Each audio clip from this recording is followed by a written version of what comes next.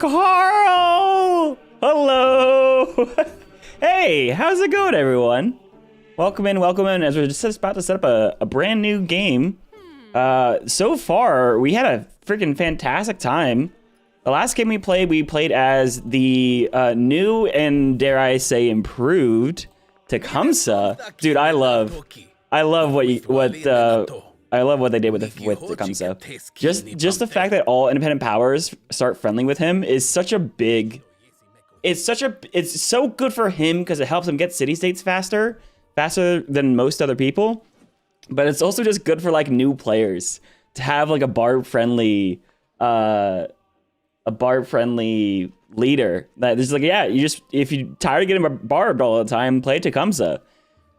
Reducing his food and production and stuff, honestly, that was fine. He has way more independent powers anyway, so that's probably not even really like a nerf. It's just also the bonus points for getting Dominion helped us actually clutch a domination victory.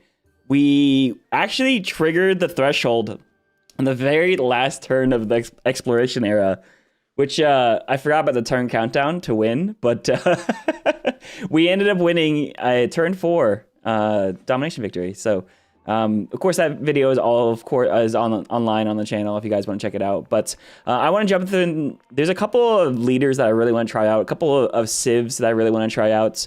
But I'm open to some suggestions.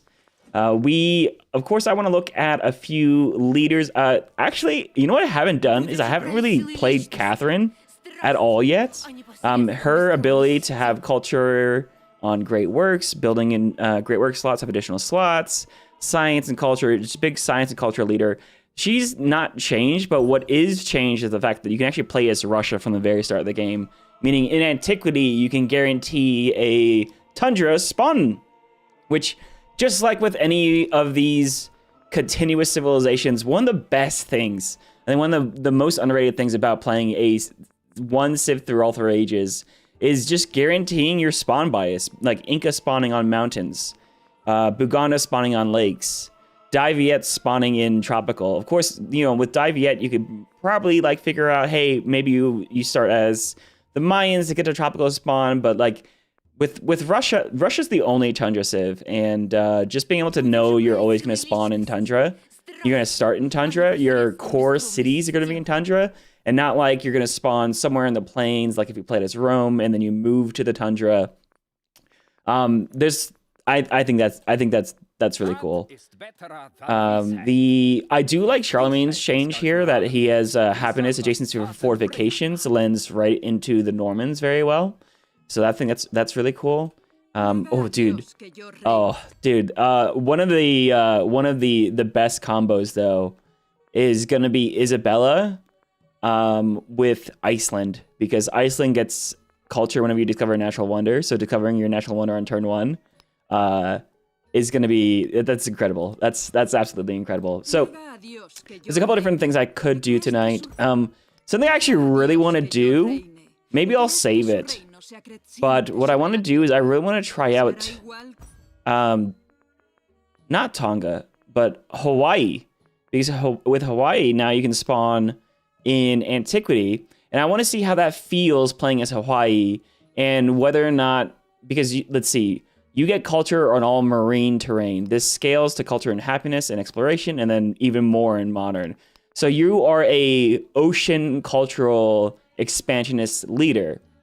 Compare that to Tonga, who is going to be a diplomatic, economic coastal leader, but they definitely focus more on their influence generation, as well as trade routes with city-states, and of course, exploring the distant lands very quickly.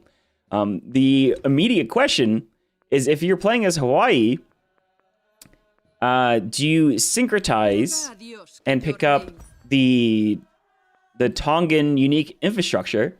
Because this has not changed. The unique infrastructure here allows all scouts from any age to enter ocean tiles without taking damage in antiquity and beyond. This can be syncretized with other civilizations, I assume. Their unique scout cannot, but their infrastructure can. Now, if you are Tonga, you can do it from turn 1. So you technically do still have a head start, And Hawaii, if they syncretize and pick up their unique infrastructure, they'll be able to go into the distant lands as well, which honestly, maybe that's fine, given that they're just Polynesians. And then also, I want to compare that to like the Majapahit, who are another cultural expansionist civ, just like Hawaii, but they get their culture from their buildings that are adjacent to the coast as opposed to the ocean tiles themselves. And then, of course, they focus on the specialists play with their districts. So they're much more of an urbanized, city-based cultural coastal leader compared to Hawaii, which is going to be more probably town-wide. Yeah, Majapahit seems the cultural tall build, and Hawaii would be the cultural wide build. Or yeah, I think so. Anyways, there's a lot I want to really explore. What I really haven't done is a really good science game. So I'm torn between playing a Catherine game as Russia or playing as Hawaii. So I think both those could be really fun. We'll also be doing a multiplayer game here tomorrow evening for those that are interested in my Discord. So I just want to make sure everyone knows about that. That'll be at 5 p.m. Eastern time.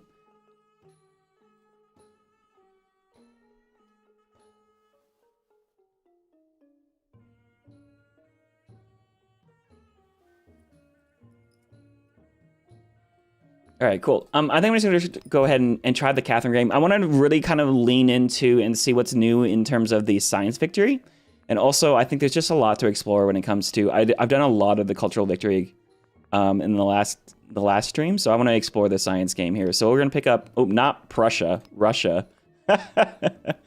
So Russia here gets culture on their quarters in cities and science on quarters in cities in tundra. So I guess they always have good culture, but they'll have additional science if they're in tundra. They have +1 food on farms in towns, but +1 production on farms in towns if it's in tundra. Counts as a warehouse bonus. Interesting. So this doesn't actually scale between the 3 ages. So I'm guessing it's just strong throughout. We do have a unique improvement. The +1 food on farms in the settlement, 1 culture on tundra terrain, ageless. Nice. Okay. We have the Cossack and the rocket launcher in the modern era. And then we have a tradition that they give us additional science, but less culture in cities. Units, buildings, and improvements are immune to damage from blizzards. Hell yeah, dude. Additional production, but less growth rate. And then combat strength for units in tundra. Oh, nice. I didn't realize you get additional combat strength in tundra, too. All right, cool. Let's just jump in here. We're going to play as Catherine Deity online speed, so we can play through this quickly. I actually do want to jump back into a Pangea and Islands map type. Oh, I guess I could be convinced to do continents and islands. Let's try out... let's try this out. Let's do Pangea and Islands. I think it's been a bit since I played a good Pangea game. I'll keep it on a small map size just to keep the game fast. And then we'll go to advanced settings. I think we're just going to have everything on deity. Basically, standard settings. Oh, this is something that we were talking about. The end of age countdown. I do like having a countdown in my games, but our options are no countdown, 10 turns, or 20 turns. 10 turns feels very appropriate on standard speed, but on online speed, 10 turns is literally 20 turns. So I wish there was... It's weird that there's no option for 5 turns. But I guess, I mean, I like having the countdown, but basically what it means is that even in exploration, I'm almost always playing the full 70 turns. I would like to see that have an adjustment there for 5 turns. Pangea Islands, small. We'll keep everything else standard here. And we're just gonna hit continue. Hit continue. And let's pick up a couple mementos. Another thing I've noticed about mementos is that they don't scale for game speed either. So things like Shisa Necklace gives you 100 influence becoming a citizen of a city-state. That is fantastic on online speed because it only costs 84 so you literally make influence by befriending city-states. But on standard speed, it's like 160, so you get like an 80 or 70% refund. Just the flat number here needs to be... It needs to be 100 influence on standard speed, so it's scaled at like 50 on online. That's probably the biggest reason why a lot of multiplayer people think mementos are incredibly busted. while a lot of, you know, standard speeds players don't really quite agree. We're literally talking about different things. I don't know how you would adjust things like Merchant Saddle, which gives you additional movement. You can't really scale that. But I think in general, there's a couple of things to be said about this. I think I'm just going to play very basic here. I'm at a cultural and a scientific attribute point here. Attribute points are actually really hard to get nowadays. So having the additional culture and science in all my towns is actually kind of really good here. So I'm just going to pick this up. Is this the workshop or something? Yeah, we're Nassau. Welcome in. This is the Firaxis Feature Workshop. The work in progress, but this is the third round. So they're trying to get a lot of more of the... I think a lot of the things are definitely moving in the right direction. My biggest feedback about the Firaxis Feature Workshop was around syncretism, and I think this latest edition actually directly addresses my note, because you can actually affirm and triple down on your own Civ's identity, which I think is an incredible option to have. So we're gonna go ahead and we're gonna start this game. Let's see what spawn we get. Ooh, all right. Are we? Yeah, we're actually in flat tundra. I actually have a hard time figuring out what tundra looks like because it's not white, because this is snow. So you can see you have tundra, you have a vegetation tundra, you have a wet tundra tile, of course river tiles, but then snow is like a temporary feature, which is interesting. Am I on fresh water? I think I am. Yes, we are, because we're next to the bog here. Cool. We have flax, we got silver, we got jade, we got mountains, we have some coastal access. I think we're pretty good. I'm just gonna settle here right in place. Nice, dude. I will pick up my attribute points here. 1 culture in the palace and city halls. 1 science in the palace and city halls as well. We're playing a very strong science and cultural civ, and that's gonna be awesome. I want to definitely focus on farms in my early towns. Get a lot of food going, and then quarters in my cities. So a lot of food, feeding from my towns, feeding my cities. Seems like the way to go here. Gonna pick up a scout right away. And of course, as I've said several times, you'll see my UI does look actually a little bit scaled down. That is because I have figured out the one way to try to get this giant UI to feel a little bit more appropriately sized. There is a specific option here that allows you to enable high resolution UI scaling.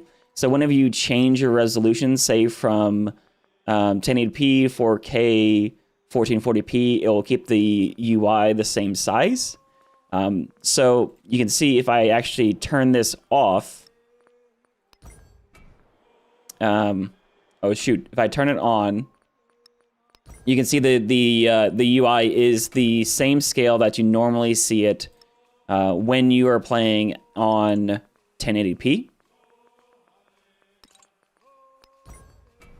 See, 1080p, no scaling, but if you say change it to the 1440p, the UI is now smaller, and then if you change it all the way to 4K, the UI is tiny, because the UI is not scaled at all for these 4K resolutions, so therefore it is smaller. The fix here, of course, is just the checkbox. This should not be a checkbox, though, because it's all or nothing. What we really need is the option to, just like we have the option for font size, font scale, this only changes the size of text.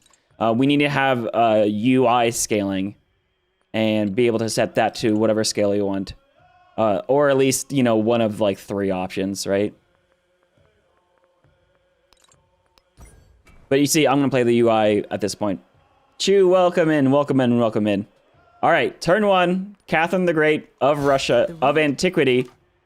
And let's start scouting. I'm liking seeing mountains. I'm liking, this is a very long river. That's actually really nice. And I think with Catherine, we're gonna go straight for writing early on. We're gonna get as many great works as possible. So we get culture on our display great works. Buildings and wonders with a great work slot gain 1 additional slot. So our palace even should have 2 great work slots, right? This is a temporary UI issue. I don't know what bugged out here if this gets pulled down. But yeah, we have 2 Great Work slots in our city, in our palace. So codices will be giving us science and culture as Catherine. I want to get those online as fast as possible. We'll grab the flax too, which will give us 2 science and 2 culture. Amazing. That's like running both the early policy cards, by the way. That's actually really nice. So we can pick the advisor here. Actually, I do have to say the cultural advisor, as even though that the advisors are technically a tutorial system, the cultural advisor actually gave some really good tips. Most of the stuff I knew, but there's at one point where like the cultural advisor literally told me, hey, by the way, if you want to win culture victory, how about you go kill another player that's in second place? Because it will lower the threshold of their tourism, which means it'll be easier for you to win. And if you take someone else's tourism, whether it's their wonders or their natural wonders, you acquire that source of tourism. It is less, it gives you less for taking tourism than building something yourself, but it also removes it from their pool, so it's actually a very effective. Culture Victory is a very aggressive, very, there's no such thing as the peaceful cultural victory anymore, actually. It's, Culture Victory can be very aggressive, which I think is hilarious. Because that's where we kind of ended up by the end of Civ 6 too. Even though most players like to play them pacifist. We'll get the cultural boost here, so I can change my policies. Tool making and charismatic leader. We'll grab the palace. Or the charismatic leader. We're at 16 culture already. That's actually very nice. Antiquity test of time. I'm definitely very interested to see what's up here, but I think I'm gonna grab the Pantheon first. And we have the Star of the North. In Catherine's cold lands, aesthetics are a source of warmth. Travelers stir longing and wonders with stories of exquisite art, lavish courts, and the diverse fineries of foreign lands. But local folk tales and poems conjure dark of the taiga forest and witches and chickenfoot huts. Preserve the notions of refinement, create a trade route, or embrace the traditional tales. Build a library and a monument. The trade route gives us production towards merchants. That actually seems pretty efficient. Building a library and a monument gives you 50 gold. I like the production boost here. I know I'm going to build a library very quickly, and I have a monument tile here. I don't know where any allies, any neighbors are. What's the map type? We're playing on Pangaean Islands. I played on the new map type on our last game. I'll actually pull that up here so you guys can see. This was my very first game. This was with the new map, the fractal continents. And you'll notice we spawned on this island with Frederick of Prussia. And there was 2 players on each little homelands continent. So this is one homelands, this was one homelands, and this was another homelands. It was a 3-continent system with 2 players on each continent, and then there was distant lands, islands, in random places, including this very big one. It's fractal is supposed to be very random and hard to predict, and I didn't know what I was getting into. I figured there'd be a lot of water, and that was correct. So we had a very fun game with that.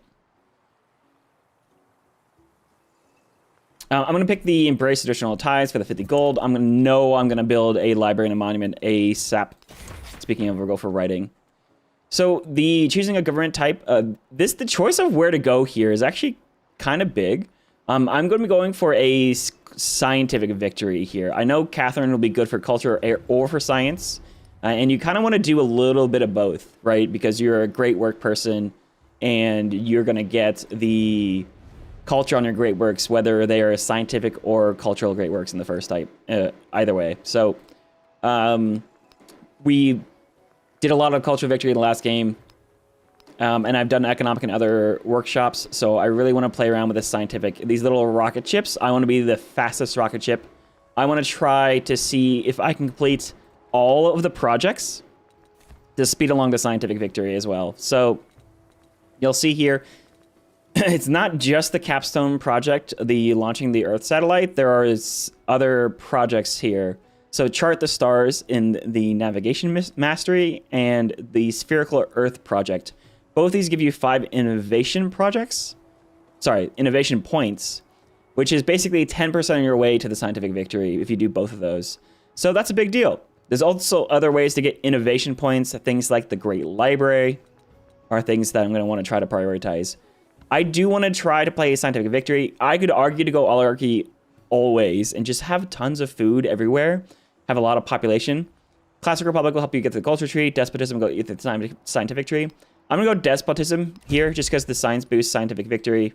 But I certainly could go multiple directions here today. Oh, there's wild game. 2 food in cities, 4 in towns. I love it. Freaking love it, dude. All right, LC, is this a peninsula? That might be a peninsula.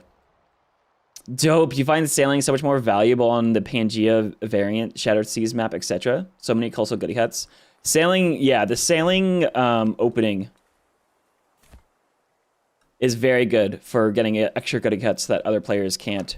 That's actually a little hidden reason why Tonga is so good, because they just have sailing for free, essentially. And they can grab so many goodie huts. They go sailing anyways, but still. All right, so I know my library is probably going to go here or here. I want to have a monument here. I want to build my warehouse buildings around my palace to generate adjacencies on my palace. I actually will start with a granary. And I'm going to put that right there. Because we're about to go to 4 pop, and then once I finish the granary, I'll be at 5 population. I can start my settlers already. Ooh, barbarians, Achaemonia. So, yep, barbarians are back. We are not playing as Tecumseh anymore. Ottoman pre-era ability seems low-key broken for science victory. Ottomans look really good. Gain a codex whenever you enter a celebration.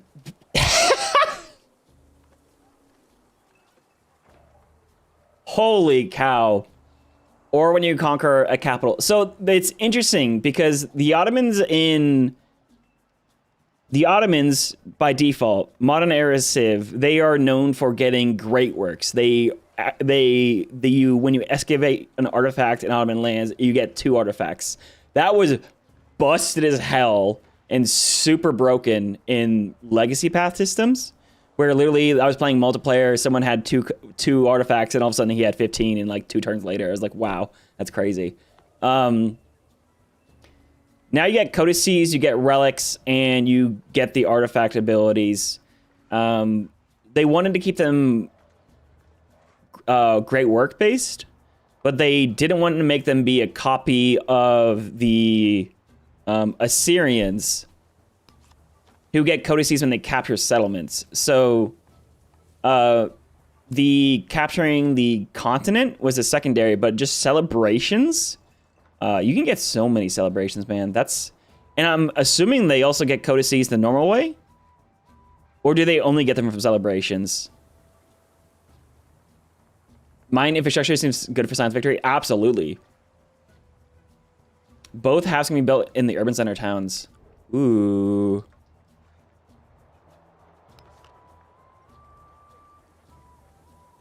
So the Jala is a... Oh, it's a happiness building. So it can't. It's not tagged as a culture building.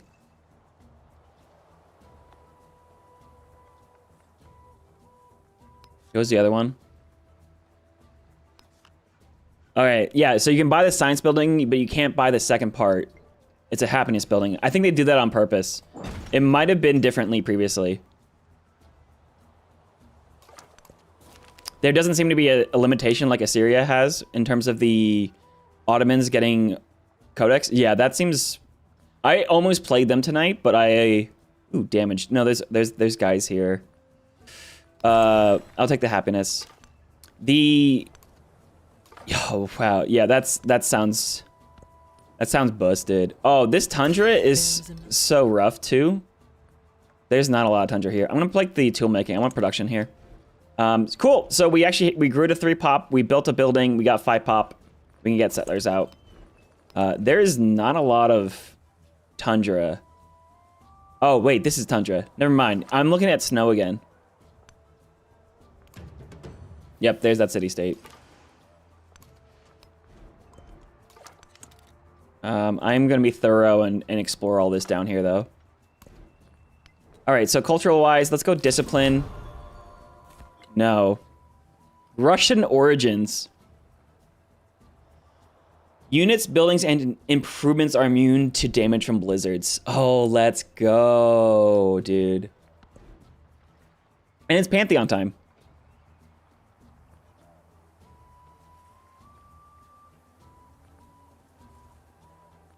Oh, yo. We already get culture on quarters, don't we?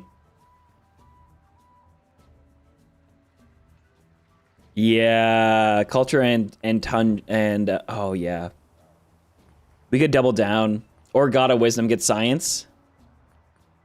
Get 2 science on quarters in tundra. How about this? I'm gonna go for culture on. I'll go God of Festivals. Because I want to get culture on quarters and settlements with an altar. That can be all settlements. That includes my towns. While her ability applies to cities. But both of them can also apply outside of tundra. And I don't know how much tundra I have. So I'm going to go Goddess of Festivals here. Oh no, we're going despotism. Screw it. Let's go full science. Unless we want to go production. 1, 2, 3.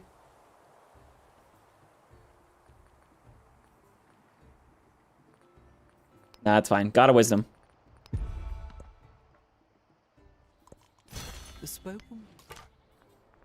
Oh, there is another tile there. Crazy. Yep, thought it was a peninsula. Yeah, a lot of goody cuts down here for sailing. Let's actually grab sailing really quickly and go down for those. Ooh, tech masteries. Tell me more.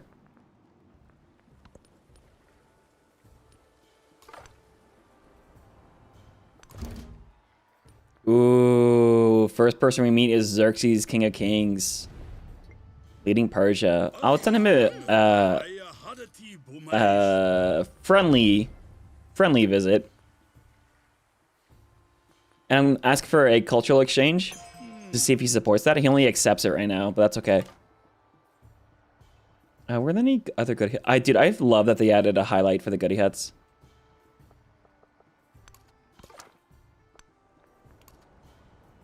Oh, island. Oh, Tundra Island. Let's go. Let's go. Let's go. All right. First settler. Where we want to go settle. So towards... Let's see. Gypsum is a very good tempo resource. So is wine and game.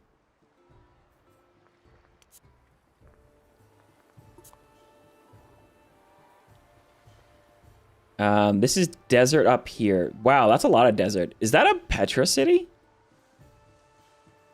Acmonia needs to die.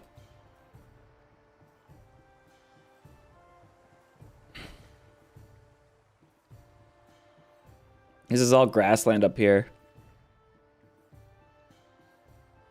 That's a grassland as well?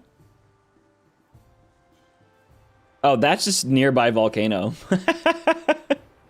Hang on. But you can see there's culture on that tile, so it's a tundra. It's flat tundra tile. That's rough tundra. That is a... You see 2 food, that means it's grassland. Production is woods. Anyways, so where can I settle? That's a grassland tile? Oh boy. So I'm trying to settle on tundra because our cities in tundra gain a lot of bonuses. And so do a bunch of other... Pretty much everything gets a bonus for being in tundra. So that tile's a rough tundra. It's next to wild game. We can swap tiles. Yeah, between the game and the gypsum, I'll go right next to these mountains here. And honestly, just call it a day. The pyramid settle. Oh, you're right. That's pyramids and Petra. True.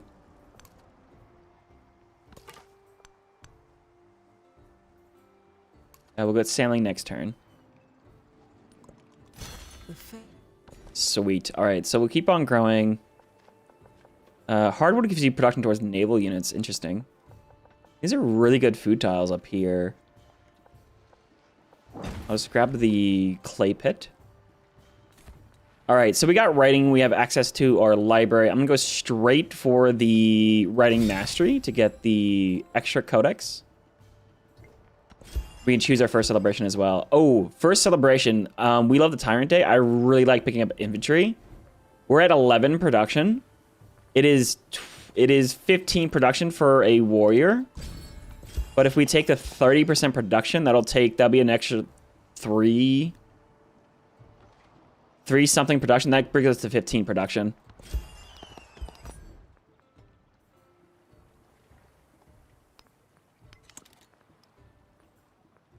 So you can see my settler is going to take 2 turns, but if a warrior goes in here, it should take 1. Right? 30% of 10 is 3. Anyways, I will finish that settler first anyways. Ooh, food? Gold? Food.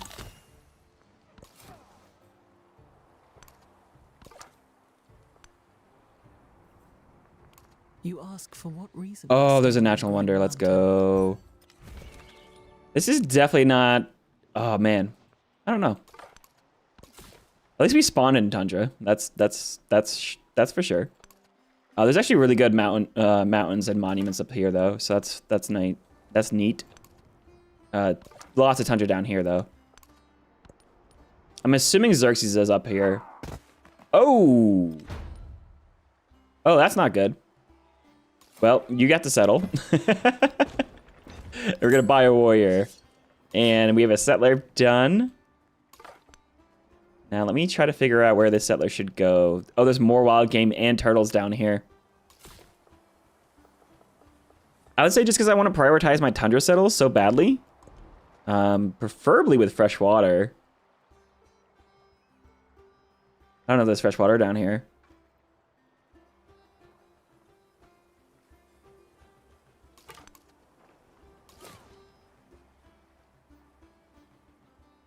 Someone right here will grab all these resources. It has a monument tile.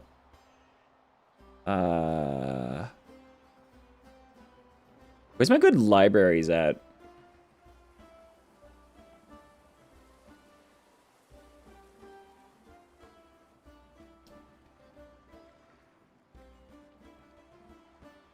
I don't know, but the wild game down here is tempting, so... we could go for a Petra settle. That is obviously not going to be a Tundra city, though. The reason why I really am thinking about the Tundra like a lot is like cities, like the cities in Tundra get science, but also wonders in Tundra get science.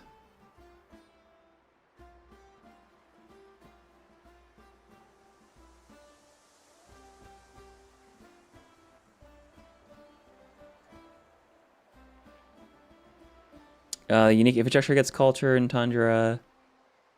What was the other one? Oh, I think there's a test of time tradition. Anyways, let's grab the game. And this guy... As much as I'm selling alpha fresh water... There's wild game, gypsum, and turtles. Yeah, we're going down. We're going down here.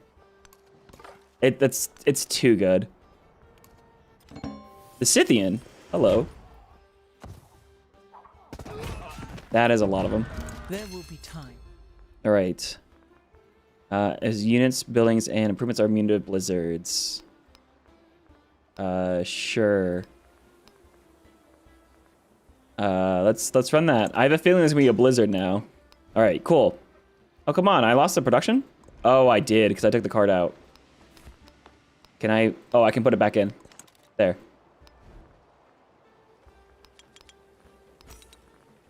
$11 production? Really?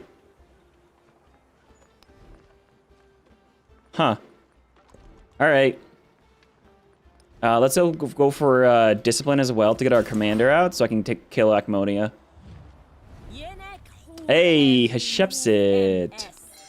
Downside of biome-specific leaders, I feel, is that players can fall into the trap of seeking perfection while maxing the bonus of the biome versus elements that aren't, but have better yields. I agree with you. I'm gonna give her science as well. Absolutely. The problem I'm seeing is that my best settlements are the ones with really good tempo. They do have tundra too. They just don't have fresh water, and that's the part that's tripping me up. But you're absolutely right. Well, let's go over for the cotton.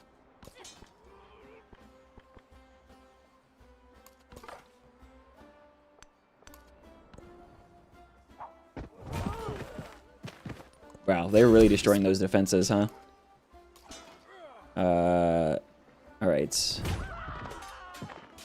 Yep, it's taking 2 turns to build those warriors. All right, there's the riding mastery. Cool, animal husbandry to pick up slingers. And Hatshepsut already has 20 science per turn. I'm going to steal tech from her. I don't know where she is.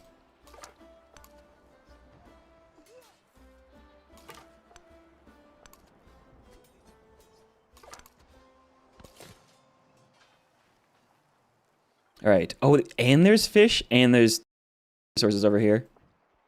So yeah, you got to settle right there in the middle. Ow. That's a whole army, dude.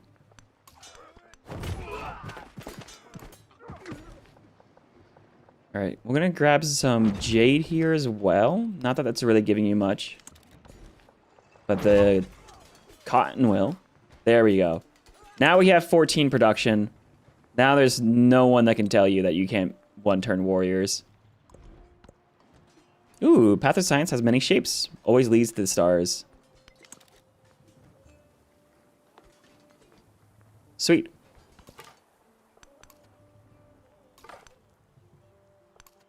Yep, he's got settlers over here. I'm gonna grab that goody head up here.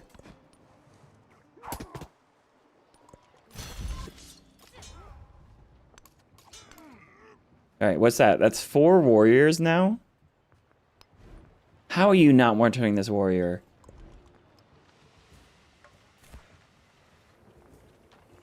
Oh, well, the celebration ended. All right. Cool. Cool, cool, cool. Let's get the brickyard down. This also gives us, not only is it giving us, ooh, dude, look at that. Let's give me science and culture for the palace adjacency to a quarter. But then my quarter is also generating a science and a culture because it's in tundra. And then we can go tech mastery research here or production towards buildings. However, science on each quarter is probably the pathway I want to go.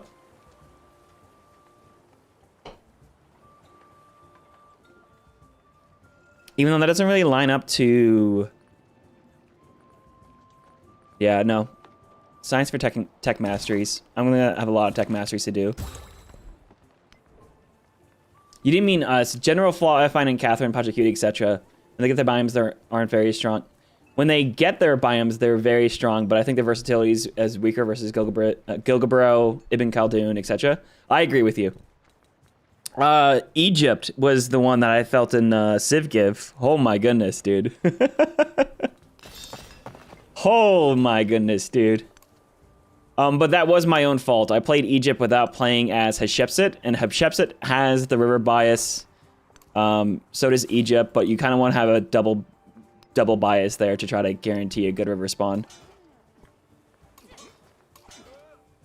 All right, I'm just gonna kill these units. I know I want the experience for killing them, but... Oh, and then survey is available. 14 production. Yeah, I want to run survey.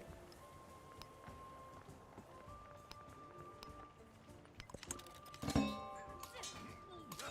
right, we'll bring our commander up. Get some experience on him. Bring these guys back to heal. And then, of course, I want to get down to the gypsum. Now, the capital even though these settlements are now very close, I want to make sure the capital does have the full range, the 3 tile radius here. Because this town wants to grow to the gypsum, well, what I want to do is I want to take this tile, and I will. But the problem has always been that now that it has culture bombed these tiles, which means this town owns these tiles and the capital doesn't. However, with this update, they just added the ability to swap tiles, unimproved tiles between settlements. So the capital will be able to go improve this tile and then improve these tiles to claim them. As long as this town doesn't improve them, they'll be available for the capital to grab, which is a fantastic change. Pachacuti always wants to start Inca or Nepal now. Abso-freaking-lutely. The strongest part, I have an Incan video on my series for the Incan antiquity on my YouTube channel. It's very, very good, the mountain biases you get.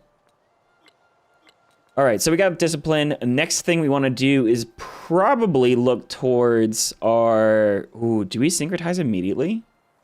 What's our syncretism options? Oh, let's go, dude. So, of course, we are familiar with Russia being able to syncretize from related civs like Greece, getting hoplites if you need to defend yourself, or legions from Rome.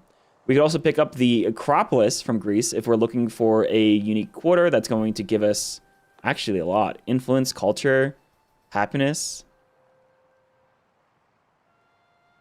Gold on the Parthenon for each city-state you're Susan of. Interesting. Or, of course, the Roman Forum, which gives us additional culture, influence, gold, and all that stuff.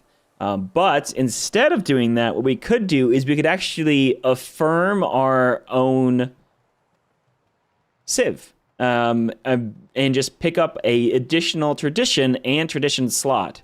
This is actually repurposed from our Test of Time traditions. It's now just a syncretism option. And I think it's probably the best change in this round. Absolutely.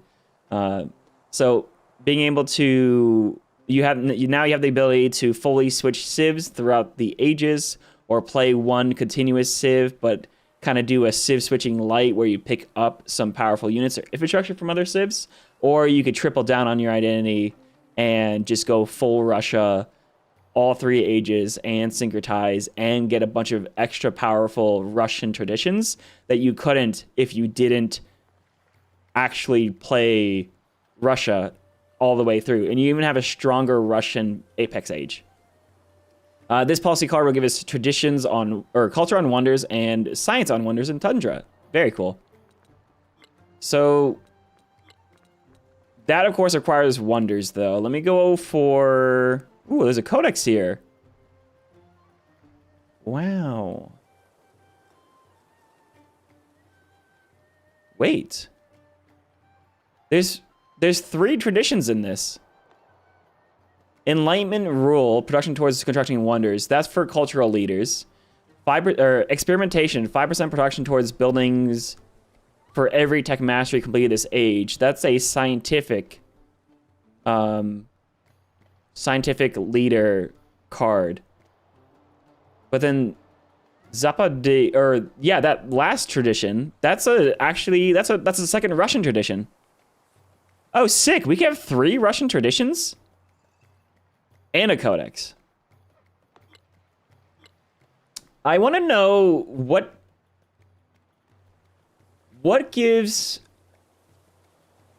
determines how many traditions you can find in each age when you're playing outside of your Apex Age. Huh. Is it because we're two eras away? 2 ages away from modern? I determined that. Oh, borderline. So I'm guessing it's just a balance concern. If you could have like one like really strong tradition or 2 weaker traditions. That's interesting. I did notice, like with Inca, in antiquity they get access to 1 tradition, but I think in modern they have 2 traditions. This is actually something that I would say by default So hang on one second. My headphones are dying again. So when you're playing a civ that is has an early apex like Rome, and they get to continue to build their infrastructure post apex, so in exploration and in modern, that would make sense. That would be a situation where it makes sense to only give them one tradition card. But if you're playing a civ that has a late apex, you know, their pre-apex eras, I could see them having 2 tradition cards, because having 2 traditions would balance out, you know, having 1 tradition and your infrastructure. So 2 traditions pre-apex, 1 tradition, and 1 and keeping unique infrastructure post-apex. As a general rule of thumb, obviously, I think it changes. There's a lot of exceptions. Russia's also one of those civs that has 2 military units. It's a case-by-case basis. Some civs have a mastery on the Origins Civic, or whatever is in that age. Some have an extra tradition on the Foundation or similar Civic. Some civs have a mastery on the Origin Civic. Do they? Oh. Some have an extra tradition on the Foundation or similar Civic. Okay, I need to, that's interesting, because I've only ever seen the 3 nodes so far. I'm gonna have to start playing a lot, like doing very short games and opening up every tech tree, every civic tree to try to figure all this out. That's actually really cool. Foundation's very, very strong for us then. 5% production towards buildings for every tech mastery complete this age. That's a really good card. Also, the Codex is good. I also have no one to trade with, so Code of Laws is not it. Foundation, let's go Foundation. The Mastery bonus tradition is fairly rare, but they do exist. Cool, cool, cool, cool. Yeah, that's awesome. Yeah, I mean, there's so many civs for me to try now. For all of us to try, and I'm definitely excited about all of that. Let's get open borders with Xerxes, because I want to explore his land. And let's actually ask him for a cultural exchange. They've only accepted. Interesting. The AI, I'm used to them always supporting. They must be using their influence for other things, which is probably a good thing. All right. What am I researching? Masonry. Cool. All right, so we got a really good quarter there. I want to get the saw pit and the altar down. We want to get the library built as well. Do we have a codex? No, we have additional spaces. Oh, I have time to build the saw pit. Let me try to put that.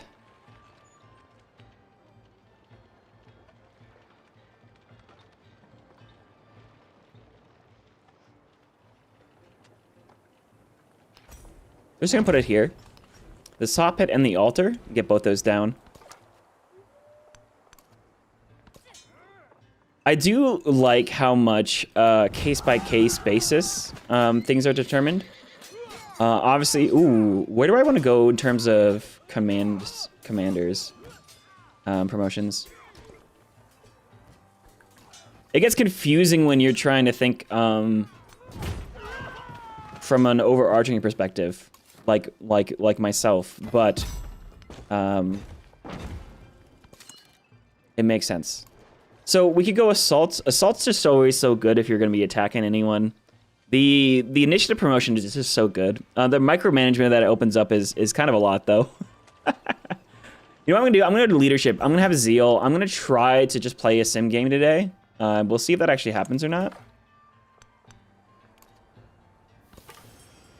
Oh, wow, he's building Dersharkan already.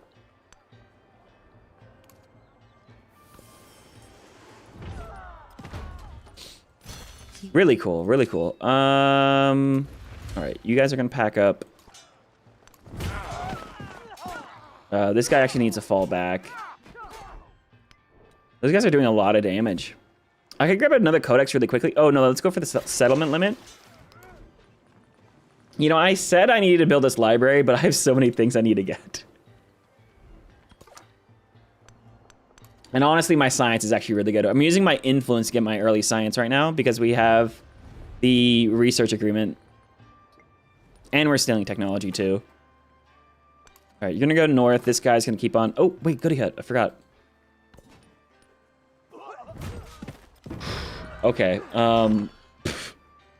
that's actually a lot of damage, my guy.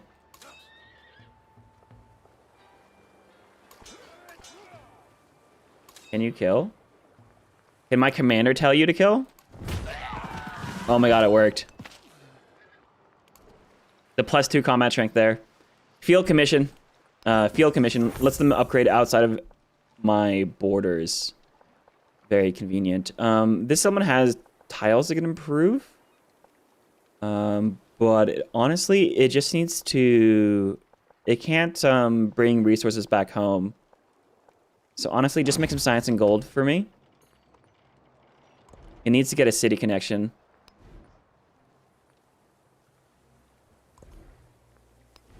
Oh, Moscow. Let's go. So I'm going to prioritize putting gold in Moscow then. Which is going to involve a monument here, library here. Oh, shoot. Where does your gold building go? Whoops. I don't know how to district this place. Oh, well. Brickyard. And then I'll be able to get a fishing key. Ooh, distant lands.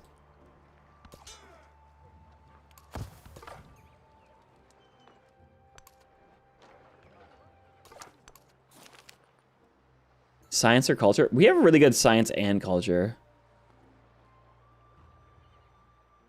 But let me grab culture here because there seems to be a lot of really good early foundations.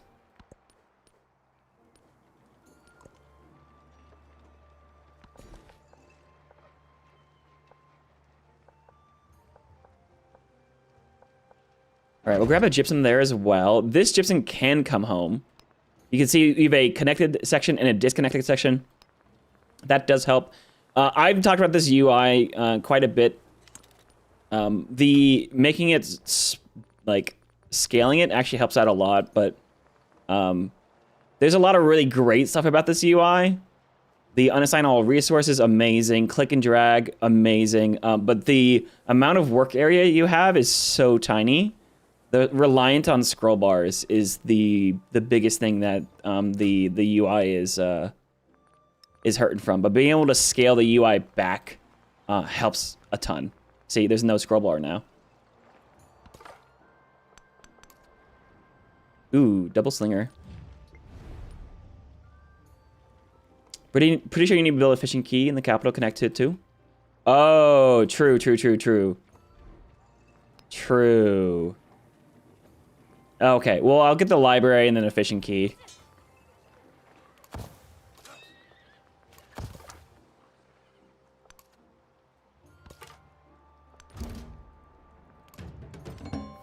Ooh, Saida Halra of Carthage. Love to see that. Far away from me, please. Oh, I have my research collaboration back. Let's get that. Oh, and she supports it. We have 31 science.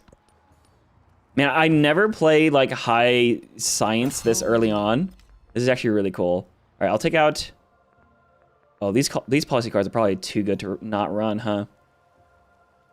15% science? All right, so things about these... Okay, first of all, I don't like how the new tradition and policy stuff is laid out. There needs to be a separation between policies and traditions. This is very confusing. I like the columns better than this. Or if the policy slots were just knocked down just a little bit with a line or something. Anyways, we're gonna run production for buildings because there's gonna be a lot of buildings. My Russian traditions are the ones that are fun for sure. I'll run the 50% science at the cost of culture, but I do need to run my production for buildings here. And then of these policy cards, priesthood is 6 gold per turn. Sorry, scouts, the survey, you've been demoted. Ooh. So this is actually really interesting. The addition of narrative events in all 3 ages for Sibs is kind of a big deal. Or no, this is a Catherine narrative event, so it's not new. Anyways. Or, wait, no, is it Russian?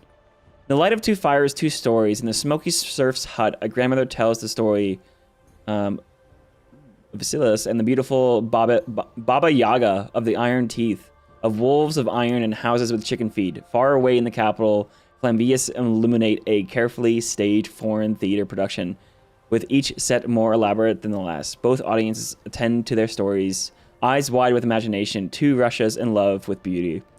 The Russian nobility must appreciate their Slavic roots. Whoa, wait a second.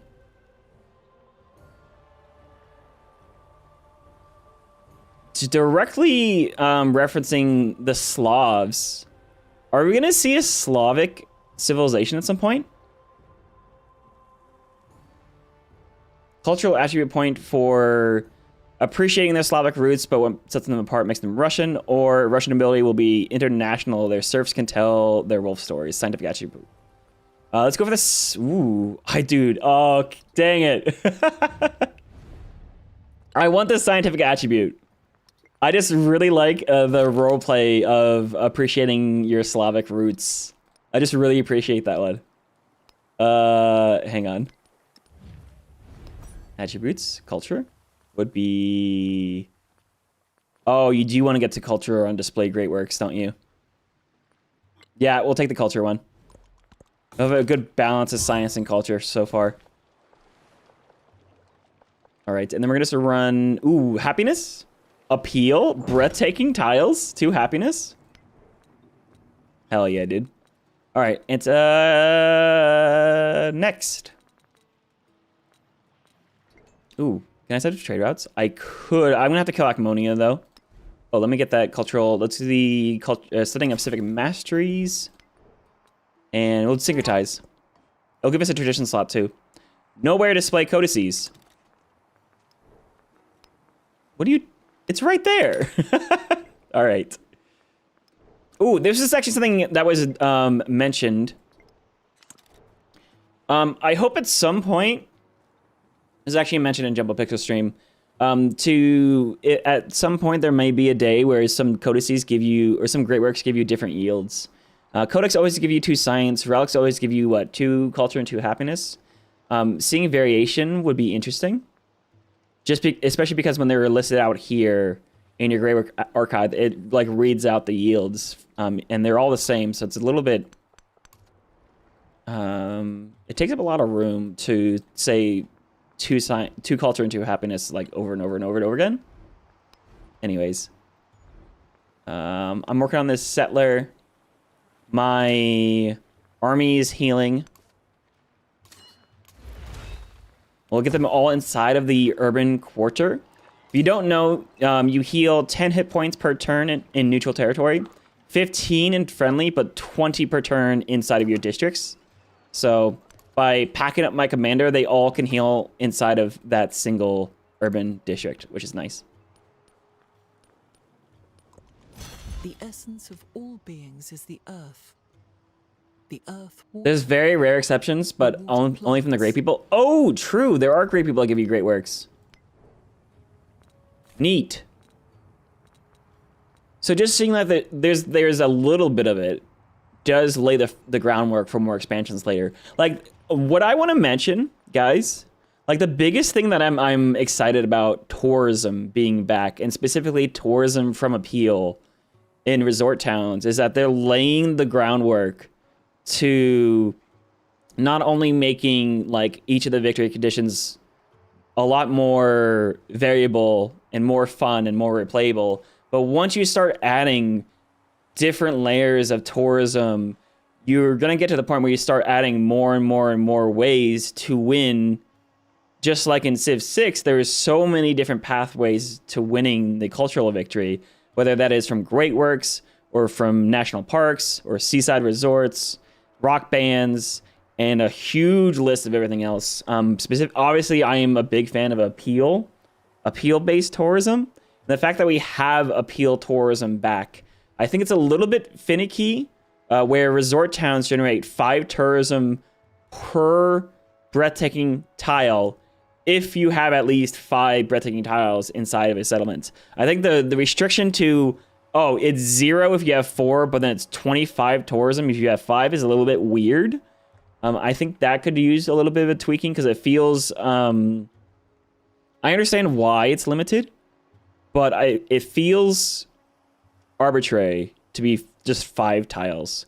But while they're adding the appeal lens and they're adding tourism from appeal, this is just laying the groundwork for, hey, maybe at some point there's going to be a full appeal rework where you can then manipulate appeal with multiple ways, familiar to Civ 6, or there's other ways to generate tourism, or there's a lot they can grow into. I'm really happy to see tourism back, just in general. And I am excited. I'm real excited.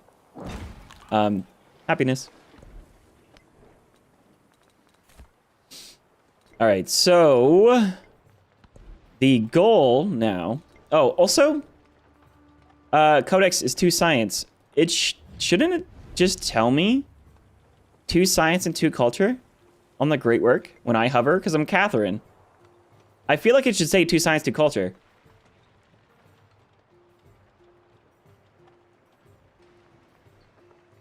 Oh, man. I'm not gonna lie. I really miss the Civ 6 Great Work screen.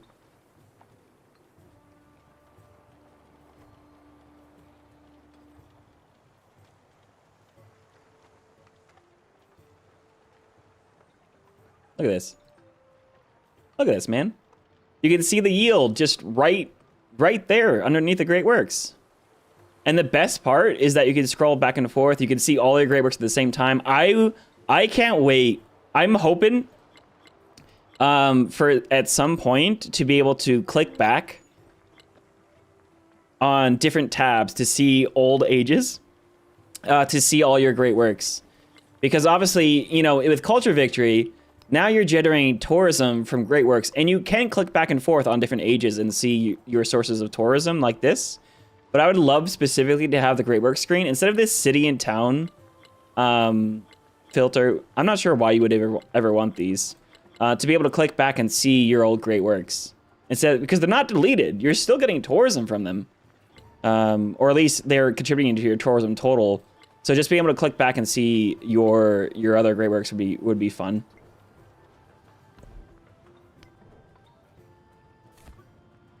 So many things from Civ 6 you miss. The search function is currently annoyance. Yeah. Yeah. Hotkeys for the lenses is a big one I'm looking forward to. They did say that they are currently working on more hotkey functionality in the multiplayer feedback Discord conversation. There's a lot of things they're working on. We'll put it that way. Priority is a priority list is something that they have to go through though, of course. I don't envy the position. Let's see. Okay, I'm gonna try. I guess currency is where we should go. We do have a bunch of coastal land. Wow, this is bad. Run.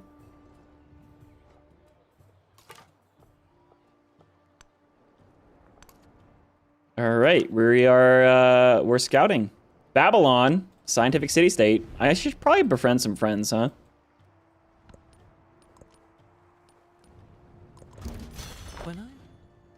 All right, yeah, 20 healing to all units too. Simone Bolivar.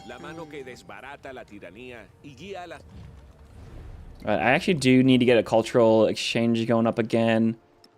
He has a leader agenda that he doesn't like me about. What's his leader agenda?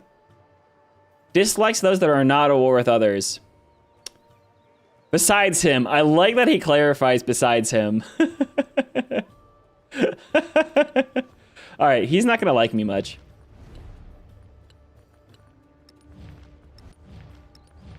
Saida, though, likes civilization with the smallest number of naval units. Wow. Wow. Shepset likes civs with fewer wonders than her. Oh, my. I like the addition of the leader agenda here. All right. I will try to give him a cultural exchange though, because I want to try to build a relationship of friendship with him. Trade routes will be another way. All right. Moscow will buy its fishing key. Here's a settler. Now I could go for this desert city. I mean, we have a Hatshepsut, Egypt though. It's gonna be very hard to get a pyramids or a Petra, guys. I'm not gonna lie. That's a tall order. Does she actually have? Can you see? Has she built wonders yet? She hasn't. Interesting. It is only turn 28. Hey, I stole tech. We got 100 science. Oh, that got us currency. Hell yeah, dude. All right, let's go bronze working. All right, is it time for that library finally? Oh, wonders. Hanging Gardens. Pyramid of the Sun. Culture on Quarters. No, it's okay. Oh, no, I need another settler. We have 5 settlement limit now. Right. This is still grassland.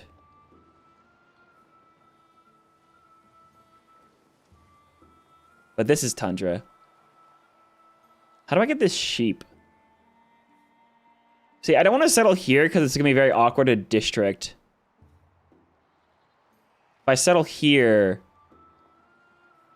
it'll be fine. I can eventually grow out to the sheep. Yeah, we're going to go here. Ooh, specialist.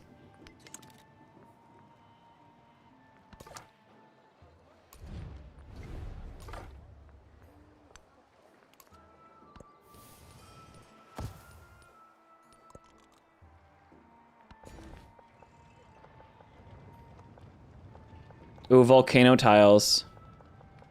Let's start improving those. All right. Another turn to heal. Grab the turtles. That's definitely still disconnected.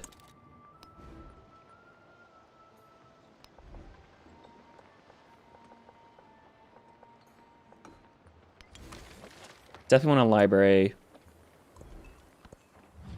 Cultural exchange, I cannot support. I'll have to accept it. Ooh, Triumph, Round Earther. For those that wish to test the limits of possible... Wow, I can't talk. Those who wish to test the limits of the possible need to look to the stars. All right, so we're going to start looking at the triumphs as well. Specifically, there's a couple of minor triumphs I should keep an eye on. First to research mathematics, and first to research all technologies are the scientific ones. Those are understandable. Reveal 33% of the map gets you two free settlers. Right. Oh, baby. I should definitely go for that. But obviously, we're going to go for your city center district yields 30 plus. Wow, they raised that all for all of them, didn't they? So we're trying to do the 2 science products. We're trying to get 30 plus yields in our districts, and we're trying to get 12 codices. Right. This settlement is actually ready to specialize already. I did want to make it a city, though. We do want to deploy here. Acmonia can be cleared out pretty quickly.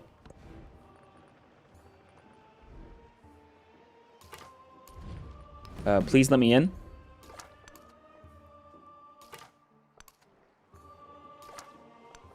I do have to say, the triumph for the... From Nagu to Nagu, reveal 33% of the map. Very hard to do on anything other than Pangea. Actually impossible on most continents islands. Fractal, the Fractal Islands, it was clearly very impossible. Oh, sweet. We can actually kill this already. Boop. Be another promotion. Give you combat strength on the commander. And we'll get a science boost now. 20% science. Let's run the survey card, actually. Because the scouts have the ability to actually give me, like, literally settlers in antiquity. I think it's worth going after this. I want to get that goody cut, too.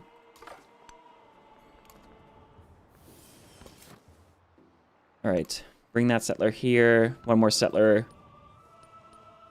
Oh, there's another guy. 19 to 19. All right, settlement continues to grow. I'm continuing to grab the appealing happy tiles.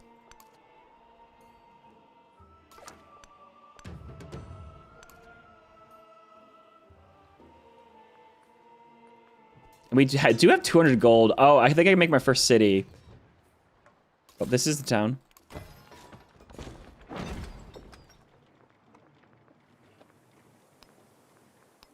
You run that gypsum instead of the jade.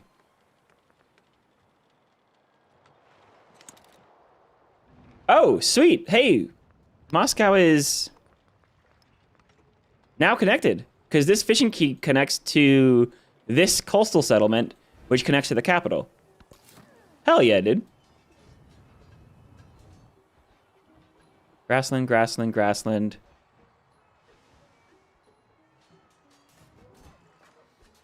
I think it's about time we just go and settle this desert and just claim all this land. There's camels here.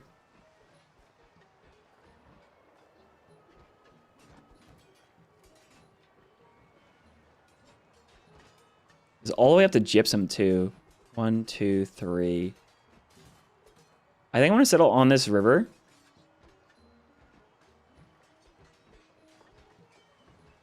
Settling here will get the wine, but it won't get the gypsum.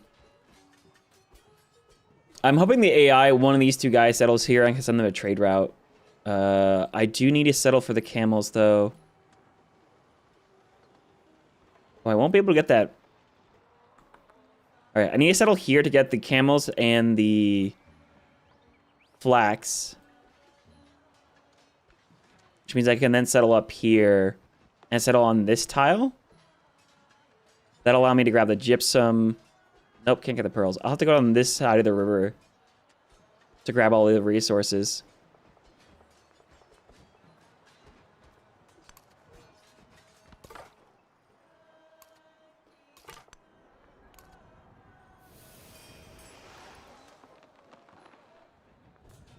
You really like it in Scythia for the fort hills. Interesting. I was actually thinking about step pyramids for Babylon.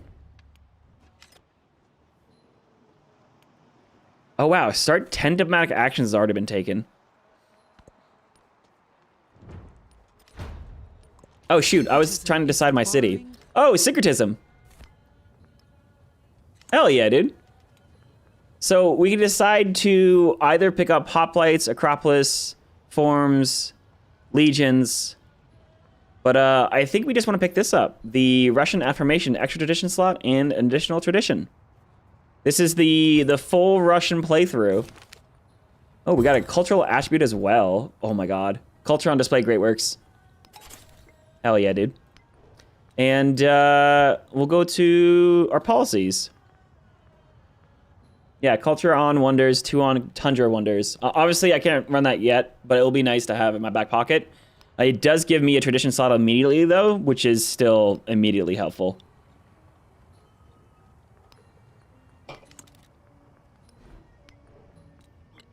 And we'll go cuddle laws for trade routes.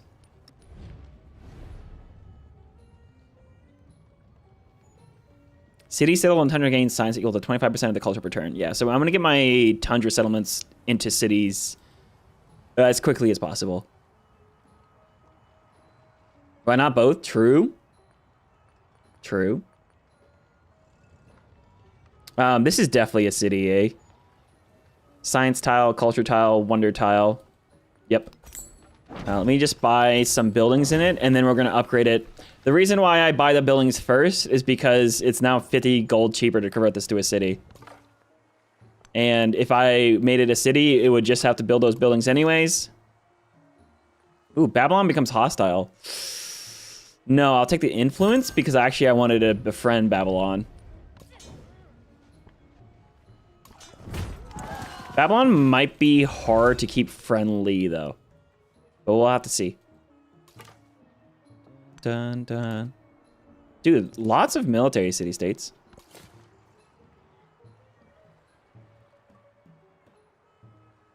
I doubt I can get Petra. She settled the wonder.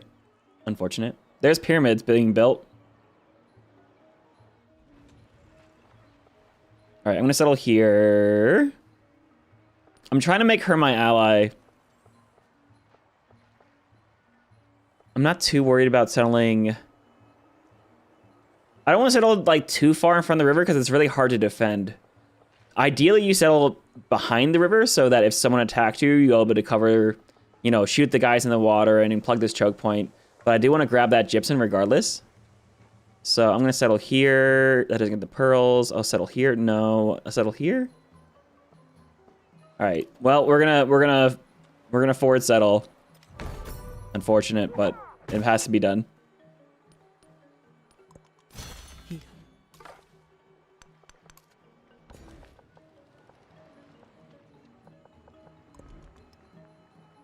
All right, resources. Let me grab a fish. So I'll put my food in my towns to get these to grow quickly. And I definitely want turtles in the capital. That's 3 culture per turn. It is 4 yield of cotton though. So, all right, technology-wise, we're doing incredible in science, guys. This is actually kind of crazy how quickly we're researching all these techs. We go up straight to navigation. No, engineering. All right, there we are. We have our 5 settlers moving. I have my library built. I need my monument. Get that built by the library or by the mountain.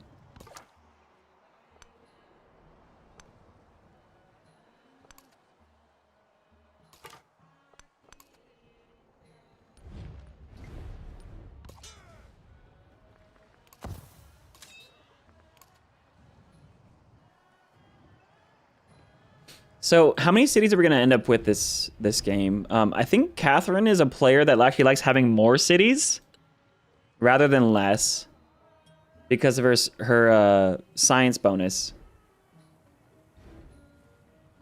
But that's a next turn thing.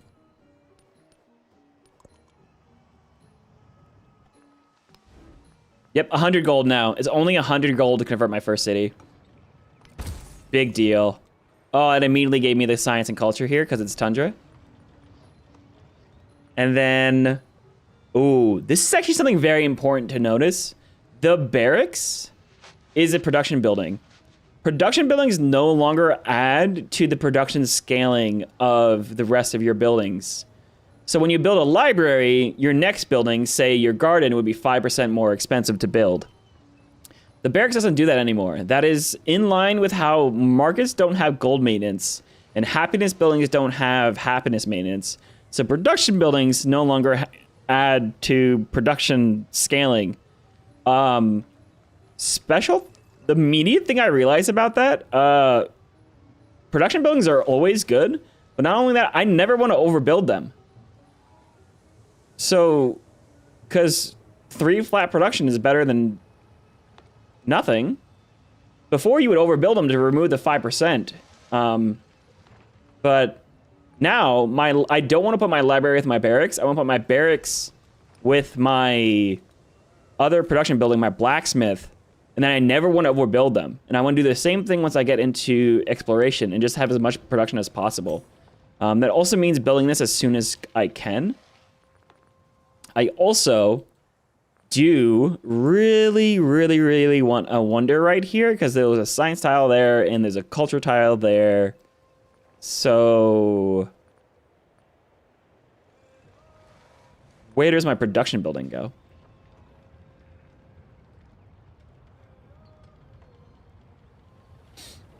Maybe it just goes here.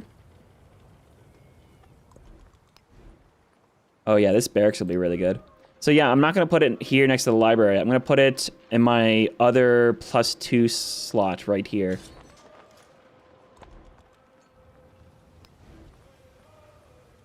Let me just get my brickyard first, because that's easy and quick. Don't want to improve these tiles, because these are the capital tiles. Let me just go for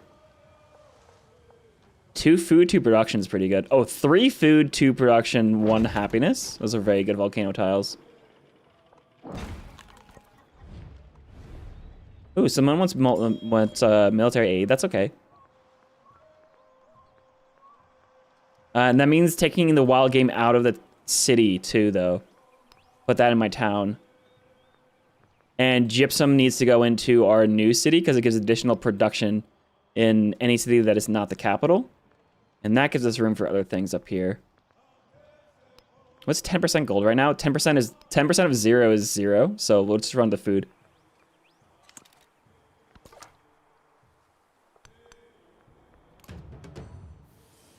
Wow, the search feature is actually really paying off. Ooh, food of St. Petersburg. I definitely...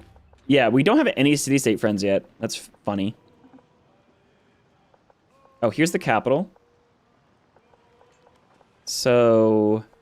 2 food, 2 production, 3 production, 1 happiness. As much production as possible. So let's grab that mine.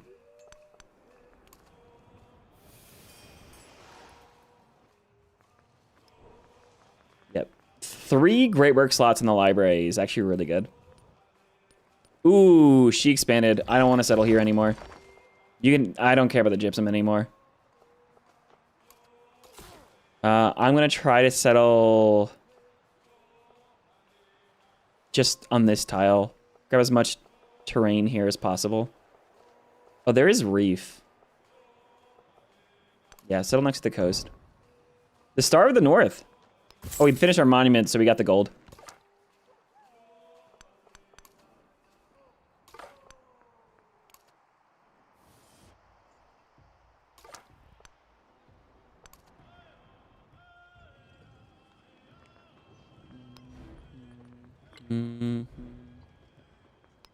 All right, I probably want to get up to 3 cities relatively quickly.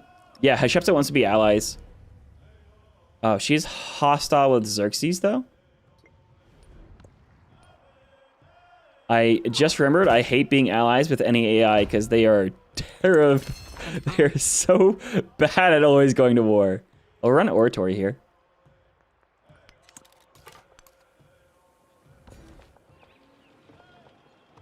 Dude, these happiness tiles, these breathtaking tiles, that's great. All right, so, dude, we have so much science, so much culture. Oh, Nalanda is something I want to try to prioritize this game. So, also, I want to look at building any wonders that also give us scientific victory points. So, you'll see we have 2 points right now. That's from our 2 codices. But it looks like the Nalanda does give us 3 innovation points. A codex, 2 codex slots, 3 codex slots, and a scientific attribute point. So that's definitely something I need. Of all the wonders I could build, wow, why are these wonders so cheap all of a sudden? I haven't built a barracks yet. Cool. That's a happiness tile. I actually want to keep that around. I'll put my barracks right here. I'll have it next to the library tile. Oh, hello, Troy. So we can befriend an independent power now. The only friendly one I see is Babylon, and because they're scientific, I'll befriend them first. That just means they'll be my suzerain in 8 turns instead of waiting a whole 15. All right, what can I do with my gold? Just to speed any of the production along in any of these settlements. Let's get the harbor here in Moscow. Moscow is probably a settlement I want to try to prioritize getting online. Oh no, it has terrible districting. That should stay a town. All right, I need to get a trade route. Let's get one with Zerk. He has better trade routes.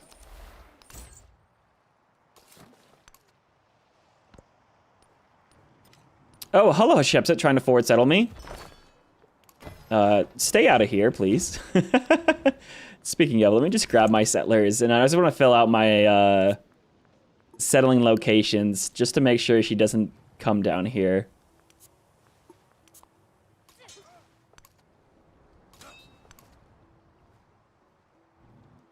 There's a boat. Oh. That's unfortunate.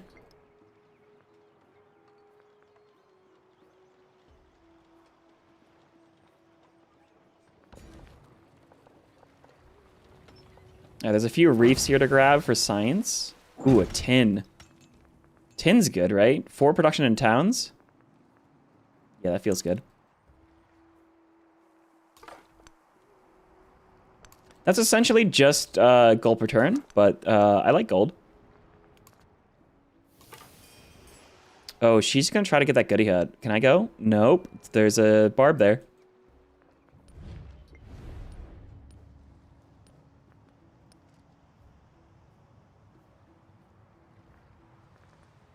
Oh, you know the neat thing about the cultural screen? You can actually see every wonder that's been built.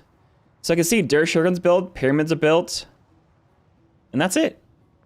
That's actually so much information. That's huge. Also, why does the economic tree always do this? GDP was at 50 and then went down. That's not how that works.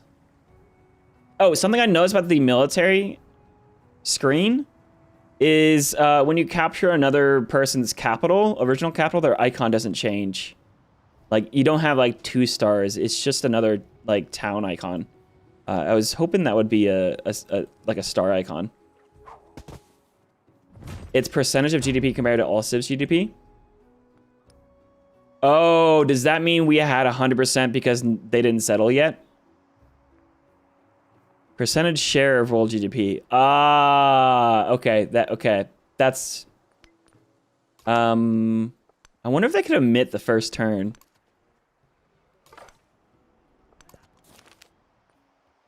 Ooh, a chariot for 25 gold.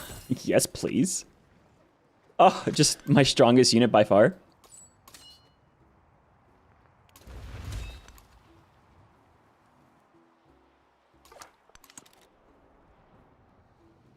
Where are we at in terms of exploring? Oh, only 100 more tiles to reveal.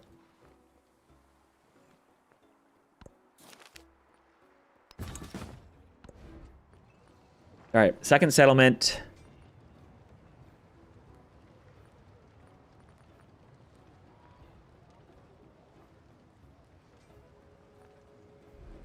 Next policy switch, I could actually go for a couple wonders. So let me see what I can do before that. Let me get my altar built to get my God of Wisdom going. Perfect. Yeah, prioritizing breathtaking tiles. That boat isn't pillaging me. That's amazing.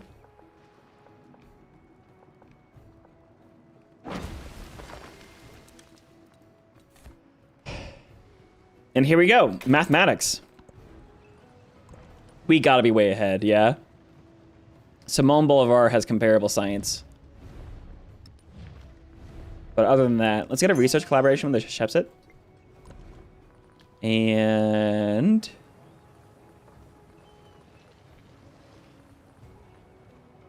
I can't believe Hanging Gardens is still up.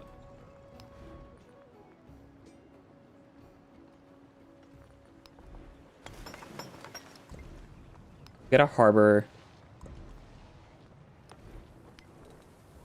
4 turns until our next policy switch.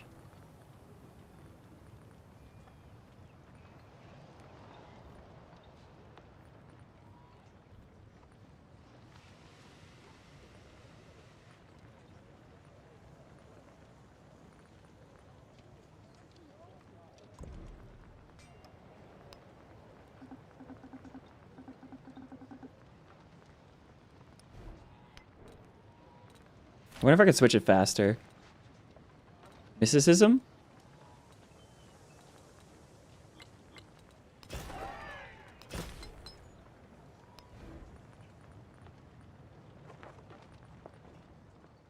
Oh, I guess I can get merchants out.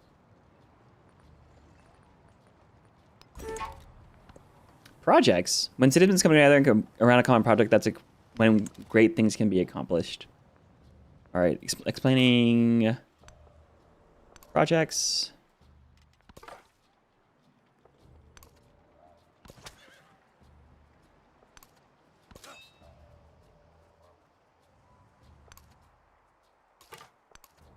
Oh, I should probably keep my commander back home because he has zeal. The 5% modifier. Egypt? Has Shep said, don't you do it. Don't you do it. Oh my goodness, Hatshepsut, please.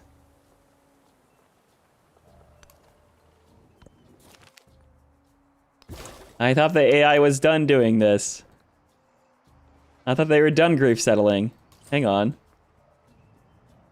That's terrifying.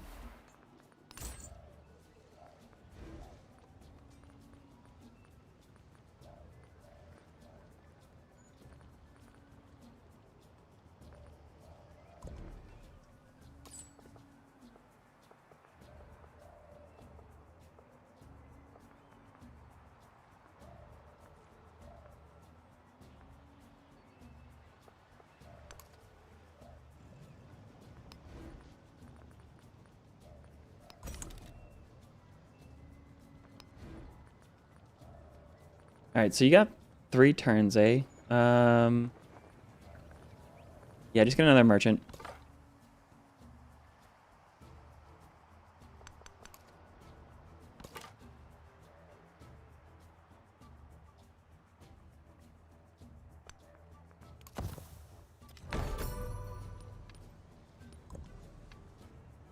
Colossus was built, so that means they have currency. That's okay. Hey, Uli, how you doing?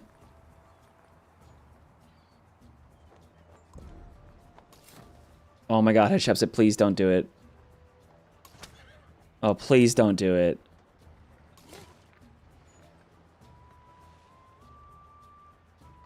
You wouldn't, right? You tell me you wouldn't. Tell me you wouldn't do it. Please.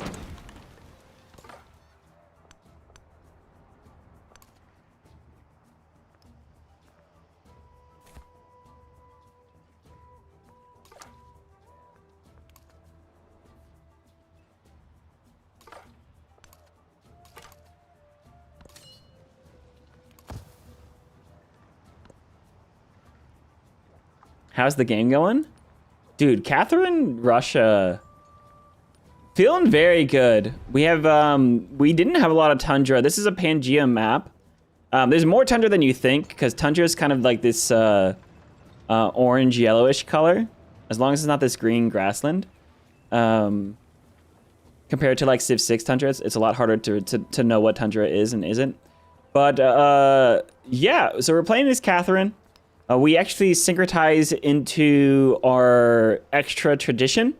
So we'll have extra culture and science on wonders if I can build them. I'm trying to time a little bit of wonder production around all this good stuff we're about to get. So I want to maximize my production right now. So I'm actually going to pull out fish, run this, and even pull out the turtles, run wool.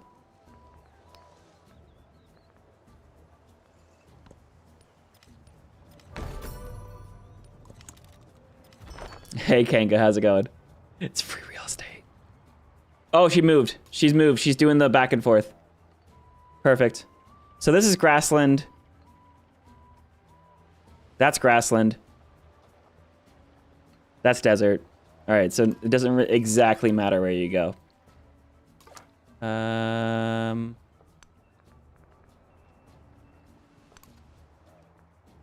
right, we do have 200 gold, by the way. Oh, she has camels now. All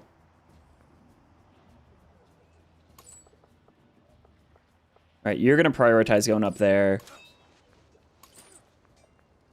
And this one's a good one too. So we're gonna improve trade relations with the Hatshepsut. And in terms of influence, I guess I'm kind of letting them pick up a lot of these city-states. I really like the influence, I had a lot of fun last game with the diplomatic independent powers in exploration era, because we were able to pick up a unique endeavor or sanction called demand tribute, and literally produced treasure convoys off of other settlements by sanctioning them. And you could do it on your homeland neighbors, and it was amazing. And it worked. It was so much fun. Military aid. No, that's okay. Science boost. And here we are. Let's reshuffle my cards. So we're gonna run, of course, my science boost, Russian tradition. I'll take the production towards wonders. I'll take production towards buildings. We'll take, and then we'll do the immunity to blizzards, just so I don't lose a wonder over a blizzard or something crazy. We'll keep survey to try to get my 2 settlers out, and I'll even run. Toolmaking is needed. Oratory, he's good. So now let's go ahead and pick out our wonders we want to build. This settlement could build hanging gardens in 4 turns. That's incredible. Oh no, I want something there. Pyramid of the Sun is available to build. This settlement can build hanging gardens. Technically, I want to try to boost my science district? Yeah, sure, why not? Oh no, my culture building has to, or my gold building has to go here. So I'll just boost my culture building. Hanging gardens, Pyramid of the Sun, go for 2 wonders. Oh wait, is it 2 science on wonders in Tundra? Oh, that has to be in Tundra. Aw, man. I thought it was a settlement that has to be in Tundra. That's grassland. That's grassland. Yikes. Does that change where I want to put this? Oh, I can move it. That's awesome. Yeah, I'll put it here next to the barracks and my gold building then. And I wanted one to here regardless. But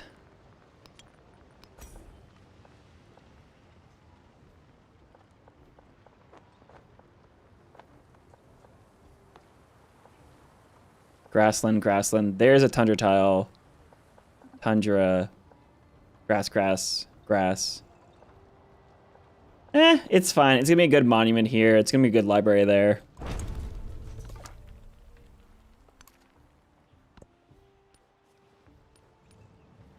All right, I'm gonna inject gold. Ooh, food in all settlements.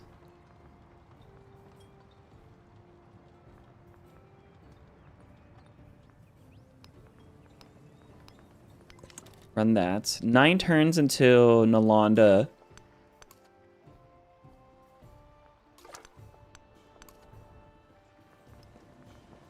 Where are we at? Reveal just a little bit more of the map. Continue to grow my city, maximizing production, of course. Production and culture there. Happiness tile there.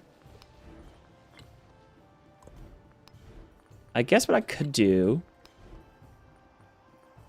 Right, yeah, no, I need to put money into these settlements.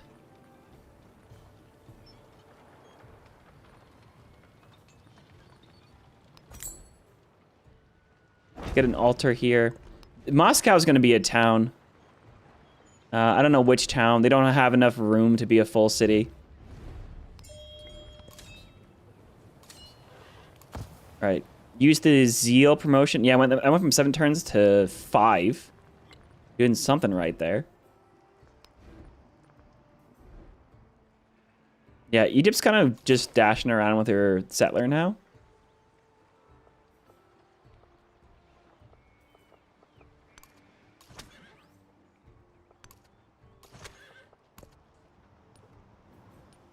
I don't know what this boat's doing. I guess I could buy myself a boat. Ooh, production. Wine. We're in a celebration right now. Wine is really good.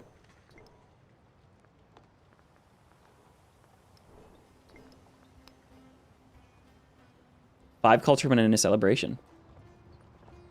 Oh, guys, we need to reveal one more tile. There we are. From Nagu to Nagu. Reveal 33% of the map. 2 free settlers. That is such a good minor triumph. That's incredible. We will settle here. Unlocking Chola. And I'm specifically looking for more tundra settles again. There's tundra in these mountains. There's tundra way down here.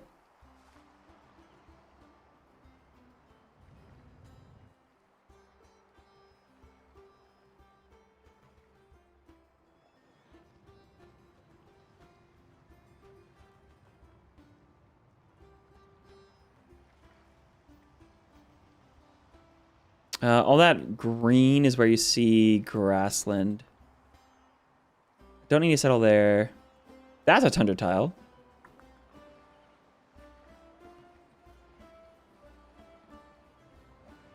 That's tundra on the volcano.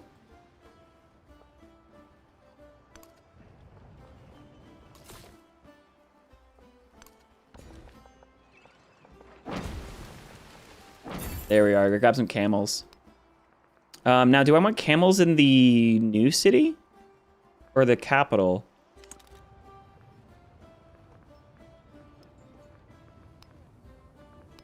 Let's try the city that's working really hard. Get turtles in the capital again. Fish back up here. No, fish can go in a town.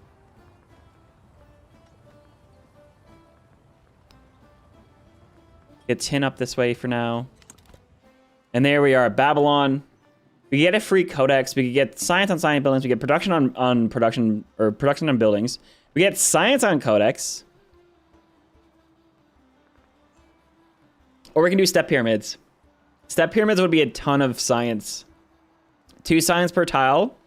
If it's adjacent, or yeah, 2 science on a 2 science per tile. 1 happiness for every adjacent river tile. Needs to be placed next to river, or sorry, just any tile with a natural appeal. And guess what, baby? Do we have appeal? Yeah, we do. Like, these could be step pyramids. This could all be step pyramids. This could be step pyramid. Step pyramids, step pyramids, step pyramids. We could have a ton of step pyramids. I'm gonna go for step pyramids again. I am a big proponent for going for city-state infrastructure if you are playing a non-Apex Civ that doesn't have a unique infrastructure. That's just how you find infrastructures, through city-states. It's awesome. Oh my god, now there's more camels.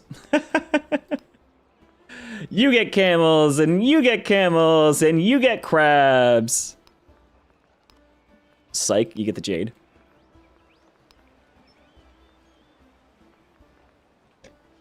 All right. Wines over mines and Cerbert's Mound, absolutely. Oh, you're right. Cerbert's Mound next era.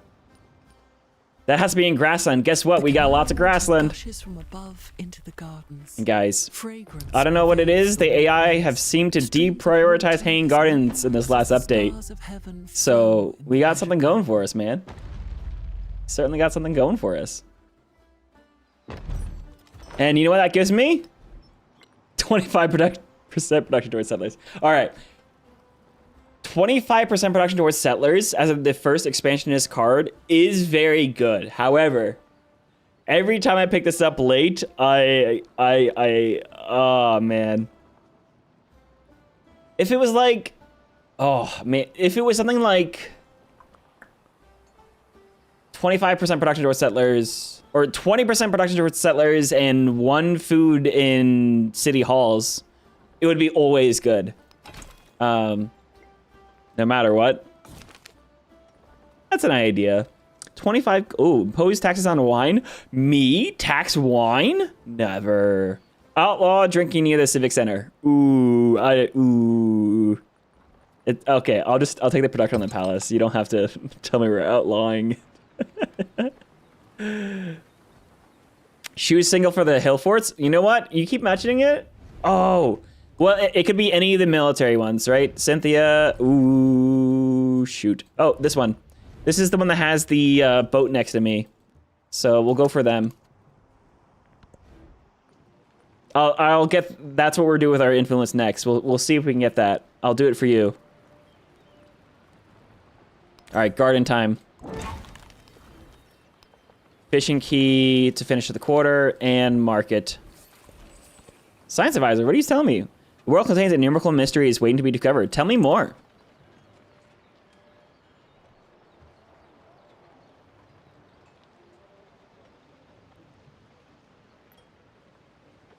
Oh, he just saying, listen to me sometime. That's all he said. What?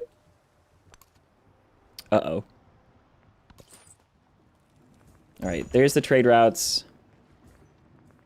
Rubies. 4 gold per turn. Fantastic. Yeah, she's sending her settler back up.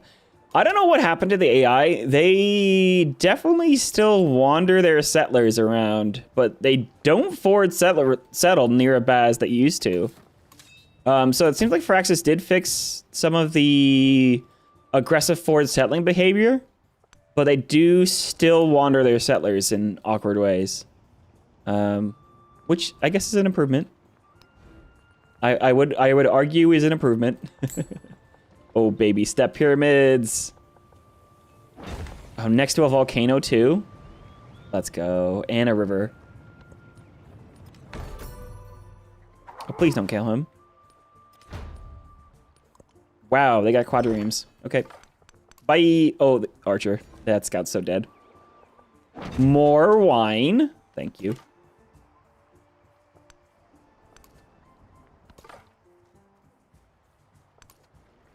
Taruga.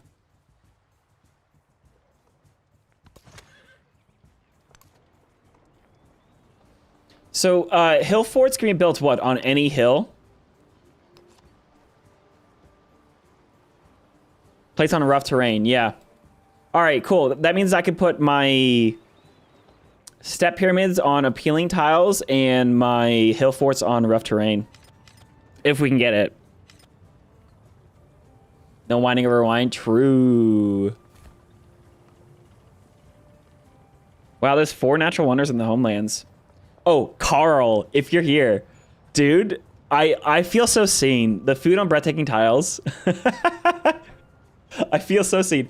The one thing, though, I love the one food on breathtaking tiles in antiquity. It's just solid. In exploration, it's still 1 food on breathtaking tiles for discovering all natural wonders. But then in modern, it jumps to 6 food on breathtaking tiles. So I feel like exploration could have like a 2 food, 3 food, something.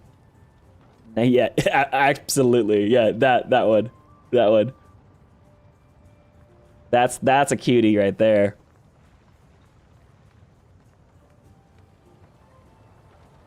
Oh, you know what? I forgot to test the other Triumph sets. First to have 5 altars. So, okay, wait. Orphanic Mysteries. So they remove the needing to build the Oracle, but it's still a race. It's first to have 5 altars. I do like that this one is a race because it's the race to piety. It guarantees you getting first religion. And if multiple people have it, that kind of defeats the purpose. What I really like in major triumphs are these long-term goals over the entire era. Minor triumphs are these short-term goals. And I know that the 2 triumph sets, one of them is like the standard triumph set, and one of them is a race triumph set where all of these are races. I really thought I would have enjoyed the race set because it required you to beeline your victory condition. It required you to change strategies if something was taken. And I thought it was really interesting. Once I played it though, I realized I didn't like losing my long-term goal.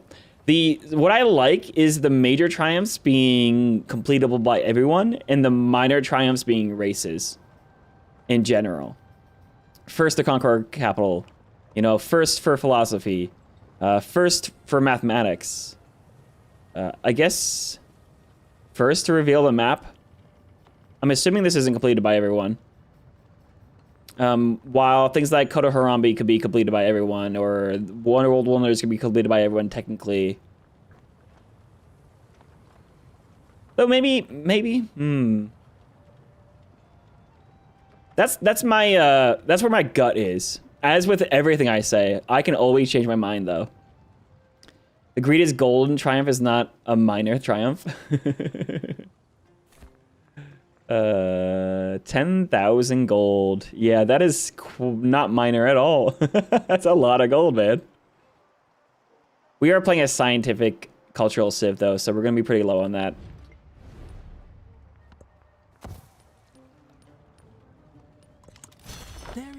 I hope the developers have been enjoying... Oh, first to reach mathematics. 25% production to products this age. That is fantastic. That is great timing. You know why? Because I just got spherical Earth. So we'll want to do that soon. Sick. I hope the developers have been really enjoying this week. I know they really like getting to watch everyone play the game. Let's see. Mathematics is complete. Next is Mathematics Mastery. Great library is definitely the direction I want to go today. And now I want to run away.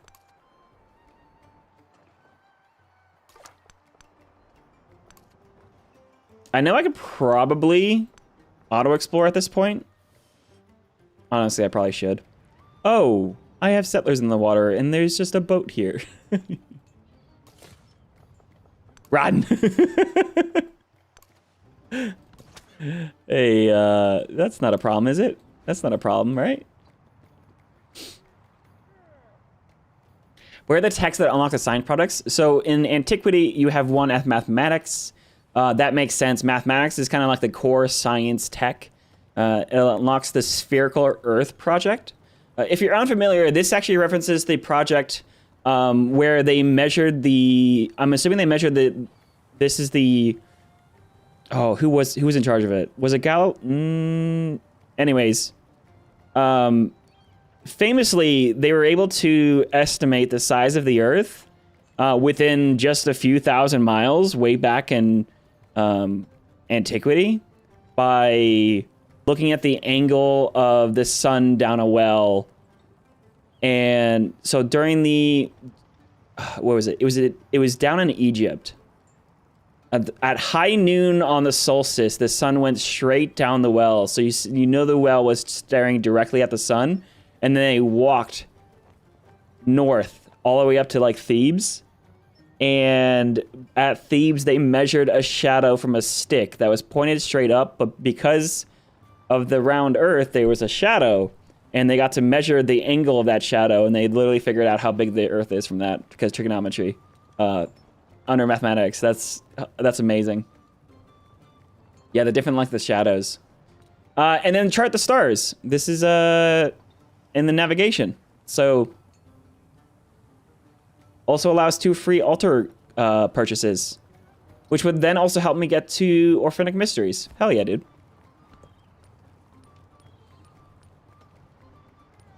The warrior's blood flowed like water and gathered in pools. Who'd think math is useful? True.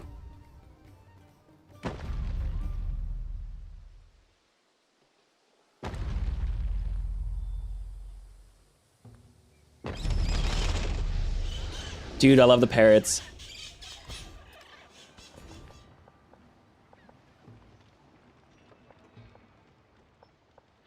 Happy New Style. All right, continue to grow, continue to grow. I'm not at the point to really focus my towns yet. We're at 60%. Oh, crisis starts next turn. You think we're ready for it? Also, let's look at the science project path. Hatshepsut.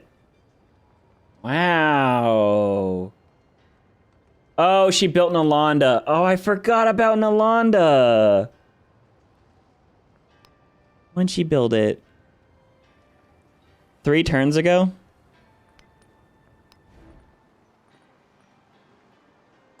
Welp.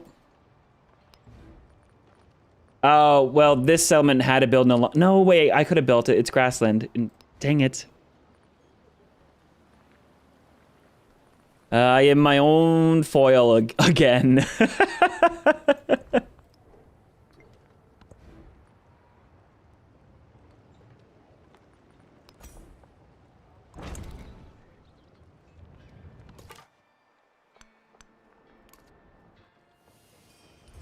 All right, let's befriend our friends up here.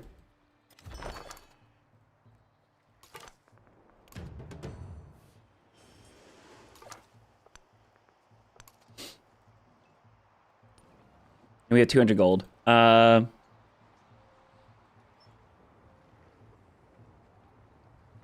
So of my settlements, this is a city, this is a city. These are not tundra, so they're not going to be cities. Moscow doesn't have enough room, so it's not going to be a city. Kazan really feels like a town, doesn't it? Oh, Sparta was settled.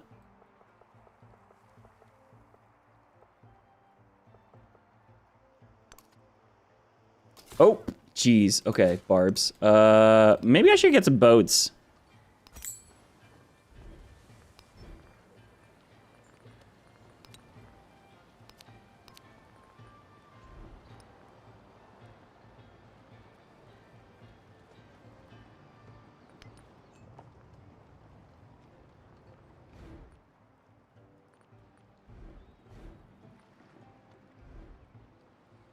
Why are they sending boats all the way down here? They really are exploring like crazy, huh?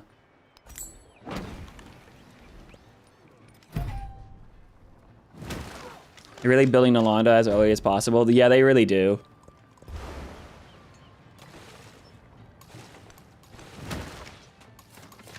That's funny. Oh no. Oh, it's the barbarian crisis.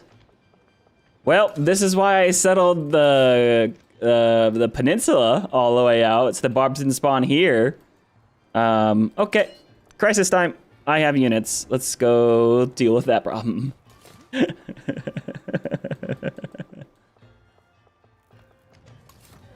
I don't want to settle here. That's a terrible settlement. I think I will pluck a town up here though and just fill out this choke point. And this guy is gonna make a mad dash to the tundra land.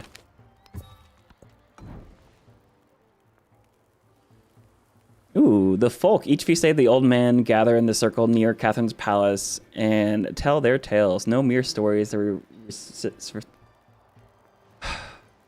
Sorry, it's been a long week, guys. Meet all homeland civs. Cultural attribute point. Absolutely, dude.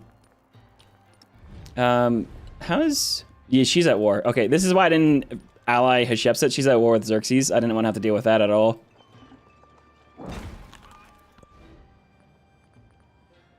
All right, crisis time, huh? I have 4 melee units. They'll be able to deal with this problem. My gold is probably going to mostly go into boats.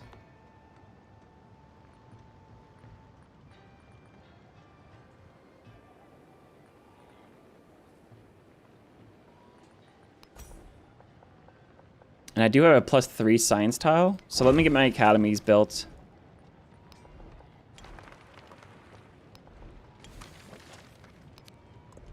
And libraries. I'm just gonna queue up a bunch of stuff.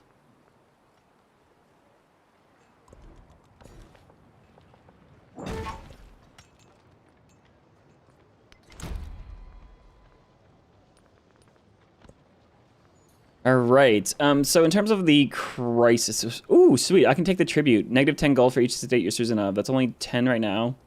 No, we're doing military maintenance, it's fine. These guys are actually very cheap. This town can focus. Actually, this town is ready to focus, I would say. There's not really too much to improve here. Oh, I have a chariot. So I'm gonna start sending my food back to my capital. Now I do get a boost to...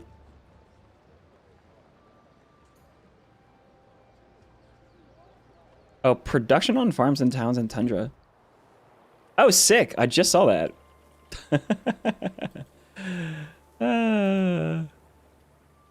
Should certainly be improving my tundra tiles.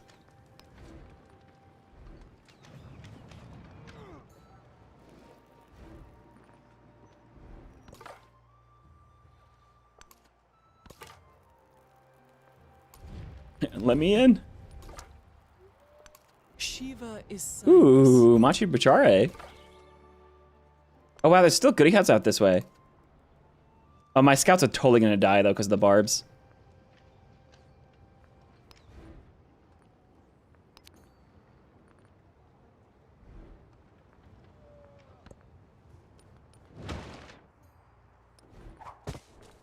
Oh, I haven't even unlocked Nalanda yet. Wow, okay, just realized that. Oh shoot, they need to upgrade. Dang, dude, relax.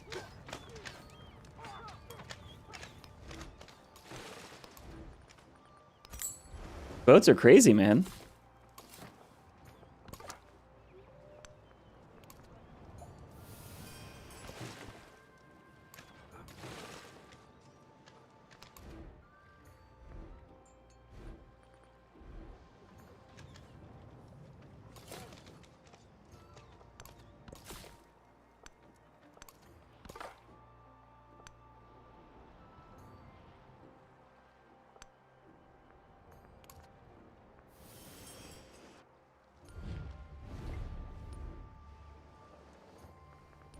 Bursa, so the barbs don't penalize my merchants? You know, oddly enough, they've been skipping it.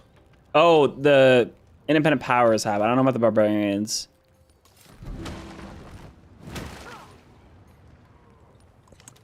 God. Oh, I gotta run my culture tradition now. Take out the wonder card. And I'll continue to run my... Oh, it's literature. I need to get my science buildings built. And then I'll continue running casts.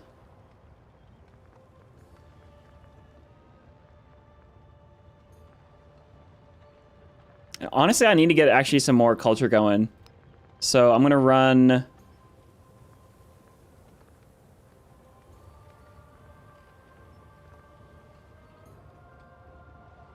Drama and poetry and priesthood.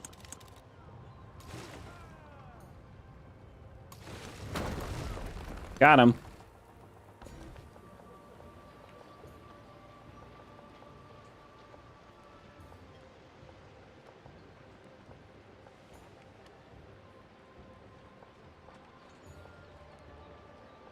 Okay, production on my... Oh no, production only happens in towns and tundra. Right. In your game as Isabella... Oh, gee, I cannot talk today. In your game as Isabella Iceland, you're able to get a level 12 commander with 4 out of 5 accommodations. Nice, dude.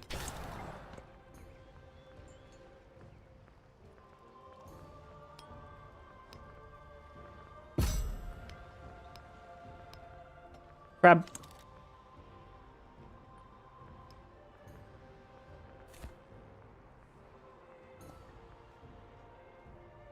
Oh, look at the crisis triumphs, by the way, for barbarians. Have 12 fortified districts in your empire. Disperse 6 independent powers. Or have 3 commanders with at least 5 promotions each. Nice. Wait, do you get promotions for... Oh, yikes. I don't have gold for this. The Sokka. Do you get experience for killing barbarians, specifically? More than independent powers? English is hard. True. Yeah, actually, wait. I need to keep my towns. I need so much gold, man.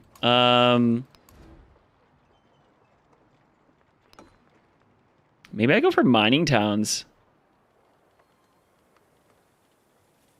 Not here. There's only... Well, there's actually three tiles that would benefit. Oh, resort town. These are all happy tiles. Whoop.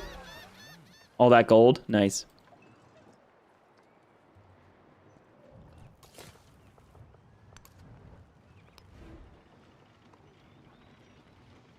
Production... Or these are all happy as well.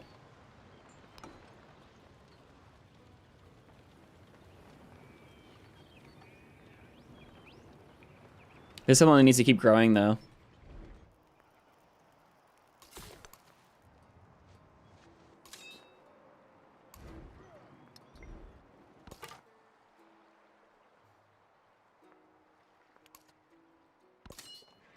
Auto explore dies immediately.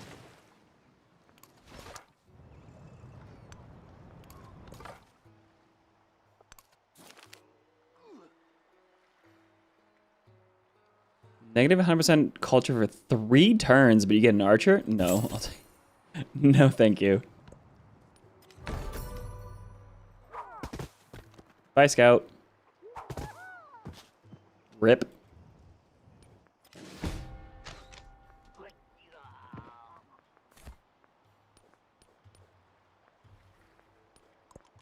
There is geometry. Oh, this is a great library unlocked. Sweet. Let me maximize my production. Spherical Earth can wait. Great library cannot wait. So, you want to try to put this in Tundra. These are all Tundra. There's a production tile here. This is Tundra.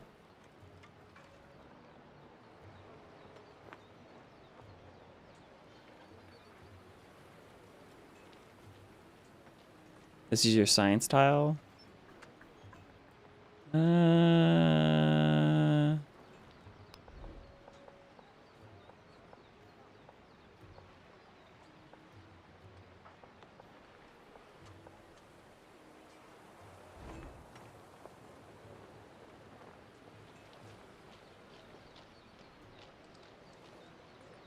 Where's your academy gonna go?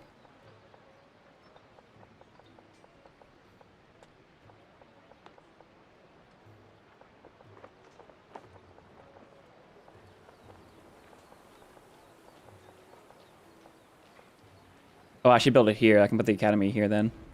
All right, great library built there. I get my production for Wonder Card back in then too. And then we're gonna unlock, just grab a little bit of science. I need to grab my codices.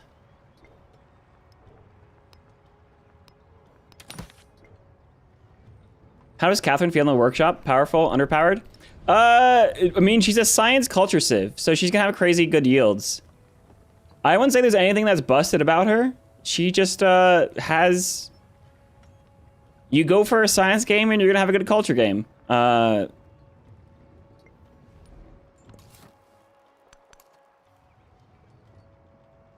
Economy, we're feeling a little bit weak, but that's not really her fault.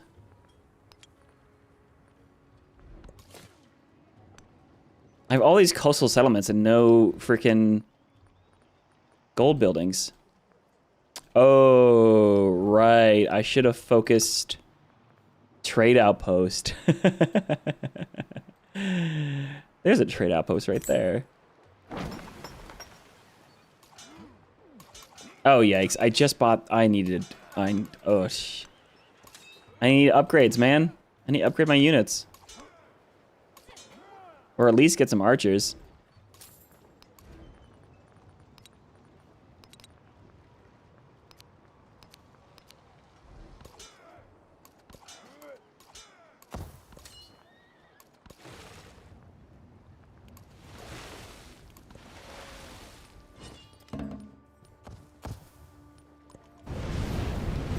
Remain less in. Right, there's public life. There's some tech. Let's grab another codex. Let's run the Wonder production card. I need to keep running my literature card.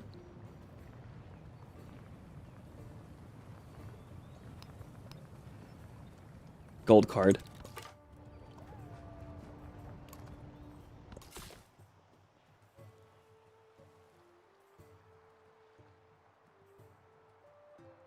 I don't want to be too close to Persia. I also don't want to go over my settlement limit, so this guy's just going to keep on going. I say as this guy is here. You could plug this choke point here. Oh man, you really want to settle on fresh water? But to plug this choke point, that means having military units like on a volcano. It's a lot easier to defend this tile right here. by putting your units to tile. Screw it.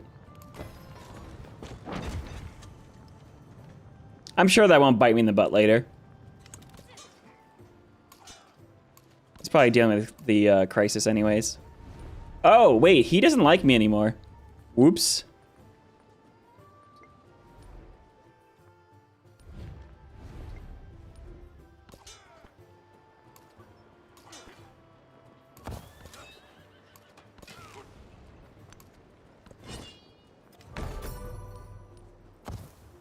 Foreshadowing indeed. Ooh, codex.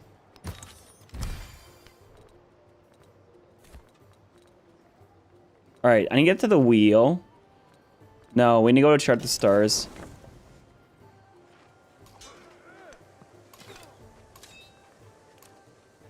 Oh, we got our chariot too.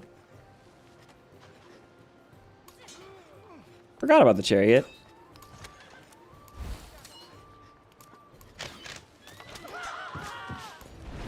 There we go.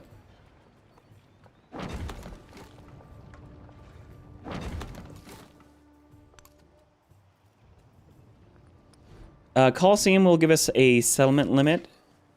We're gonna need that.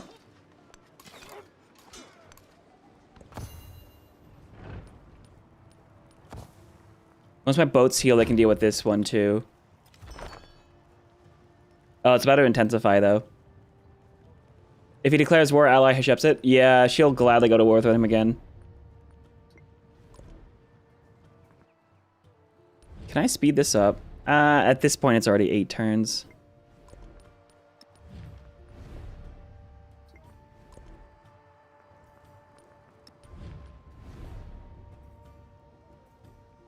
Let's do a cultural exchange, because I need... Oh, she only accepted it. I need to get a culture for settlement limit. That's what I need. Let me grab these tiles back for the capital, too.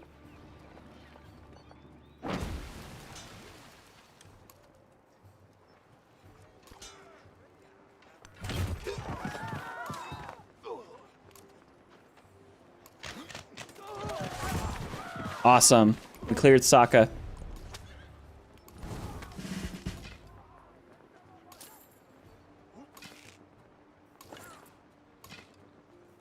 Oh my goodness, come on.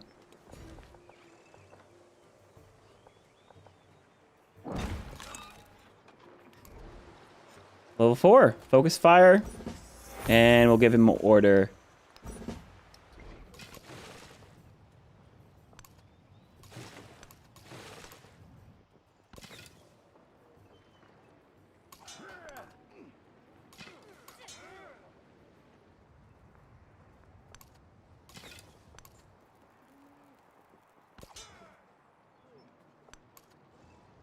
How many settlements? We wanted you to found 8 settlements. Okay, so we'll found 8 settlements for 4 corners of the world. We have 1 settler out and ready for that anyways.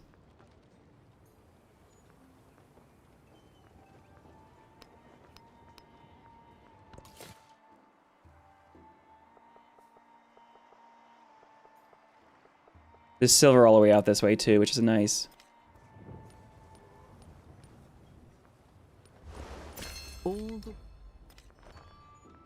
All the world's a stage. Rituals and rites. I'll get to the happiness gladly.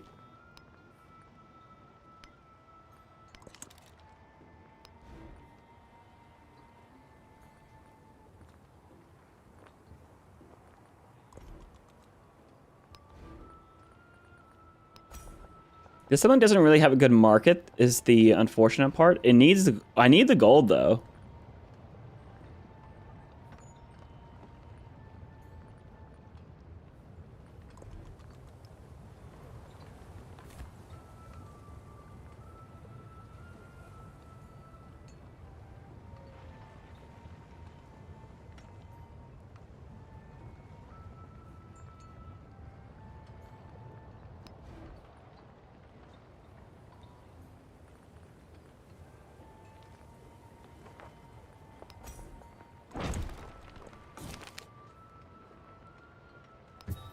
Crisis intensifies. I'm sure it's fine. We're gonna go towards Anchor Watt. That's gonna help us with the specialist challenge. All right. Hey, good night, Ely.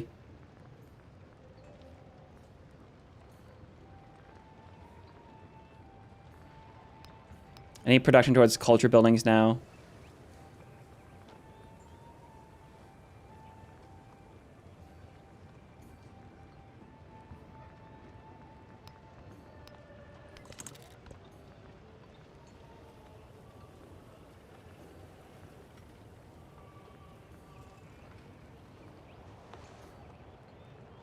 Decentralization, negative 75% gold and food for towns with specialization.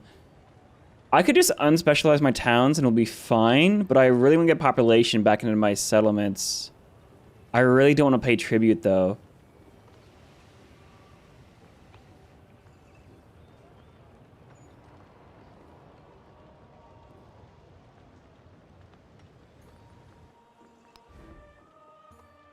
That's 16 gold here though.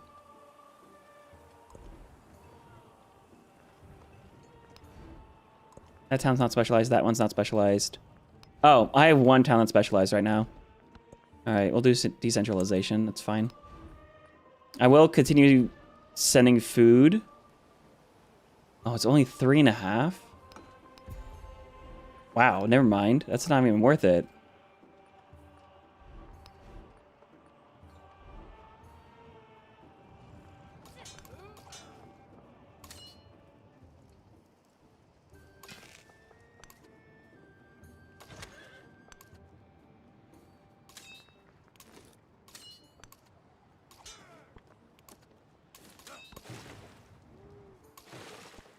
Hello, Spearman. Oh my goodness. Get out of here.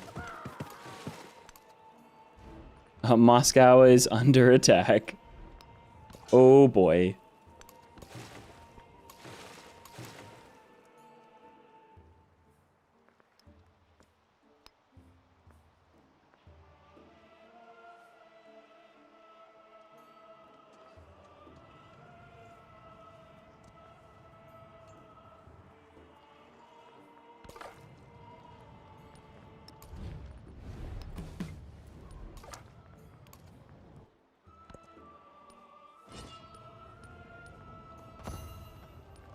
The place There it is, the Great Library.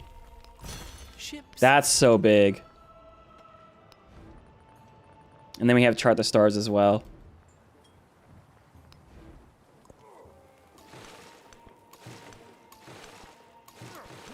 All right. At least I have a little bit of a navy here.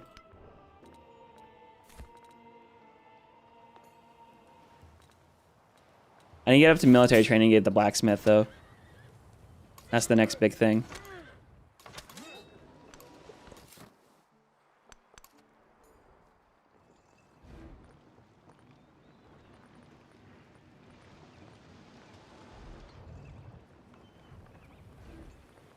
See, I could make Moscow a city. No, they need to give me gold.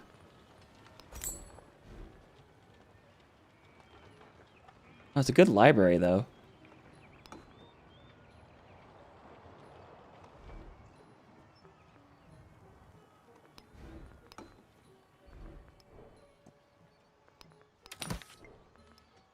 There's another codex.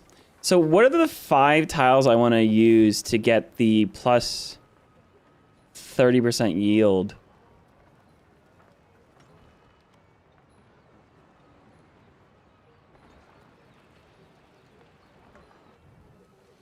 This tile. That's a plus 3.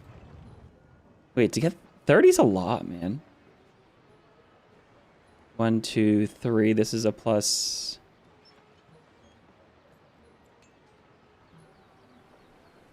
Yeah, I don't know.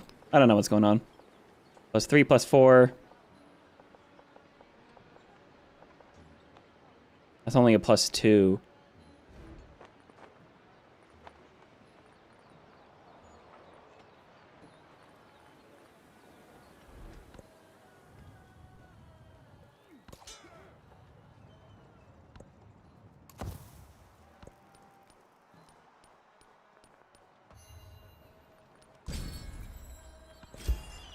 Get another big science celebration.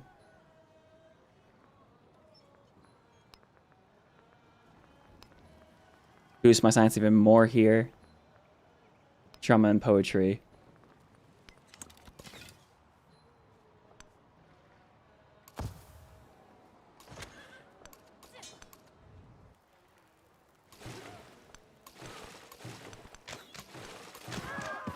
Now these guys aren't coming in to attack Moscow for some reason. That's nice of them. Oh! Saida's up this way.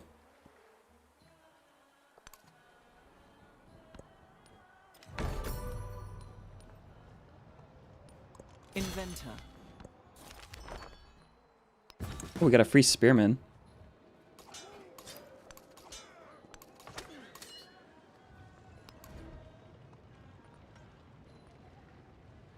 All right, monument and amphitheater there. We have the library and academy there. Definitely need some step pyramids built. I also need to get the Chart the Stars project.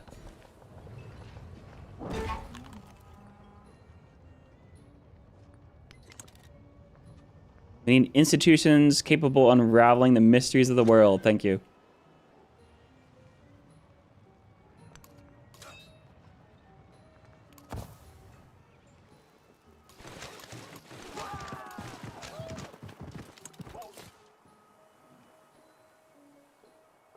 All right, now I'm gonna go ahead and come back this way. Settle here in the tundra. Turn 80, 59. 10 turns to the age. Yep. Oh, you met Isabella.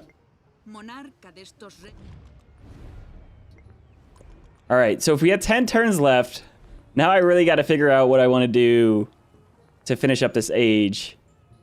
So let's look at the triumphs.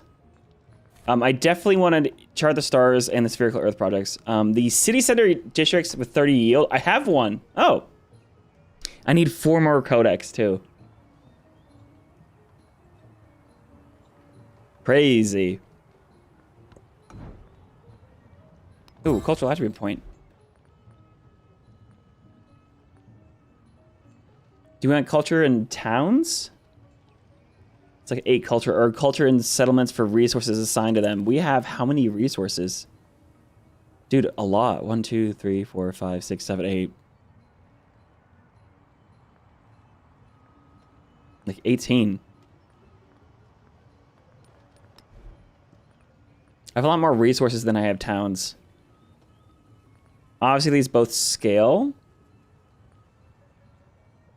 Culture in the age per... Oh, wonder production, maybe.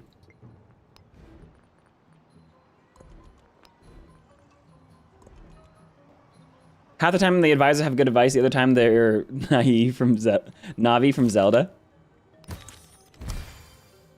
They did have one very good tip about culture victories in one of my games, and I was like, I'm impressed.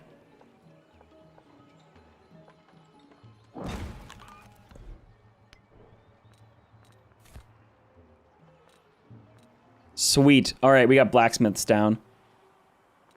So next is just a bunch of codices. Oh, Bronzeworking has a codex now. That didn't used to have a codex. Now all of them have codices. Cool.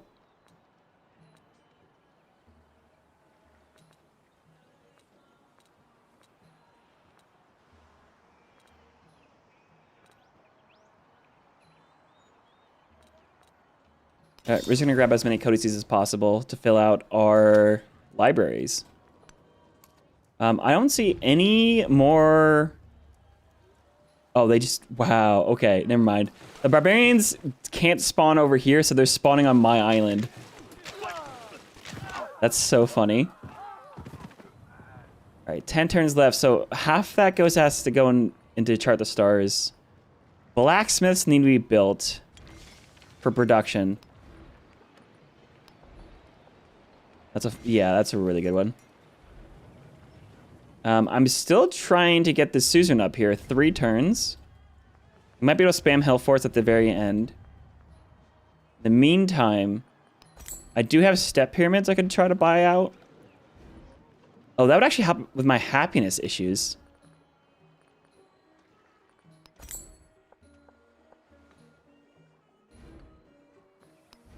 Novgorod. Novgorod, I mean. They get more expensive when you buy one.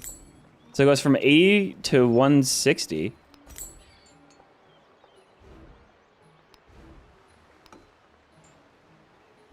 Oh, this one, I was gonna make a trade outpost and put a market here, but I don't know if I need to do that.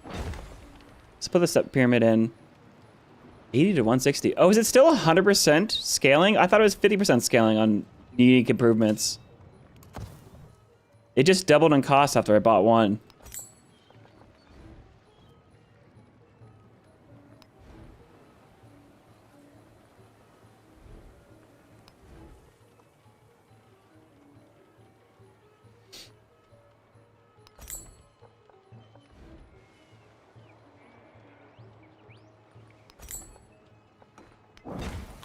We'll buy a granary.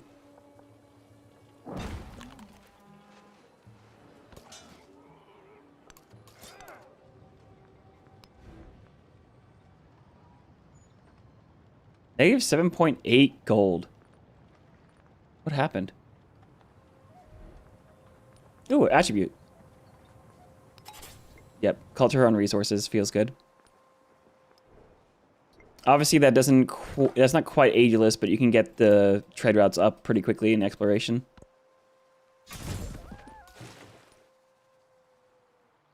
Oh, I gotta make sure that barbs don't spawn here. Oh, there's Anchor Watt. Oh, what did I just unlock? Oh, first to research philosophy. 1 happiness on culture buildings.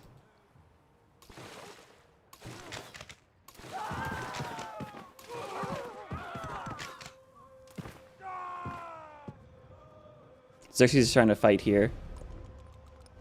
Alright, technologies. Is it time? No. I don't think I'm going to get to future tech. I do need to actually get the rest of my codices anyways.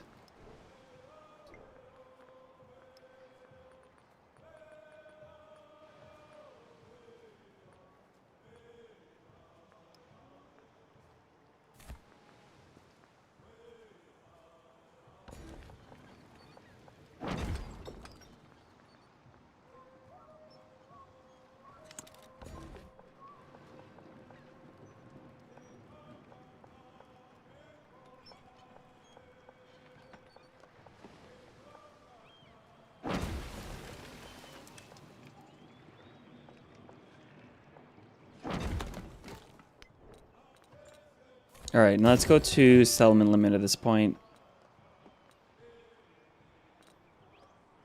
Great Stella is still available. Holy cow.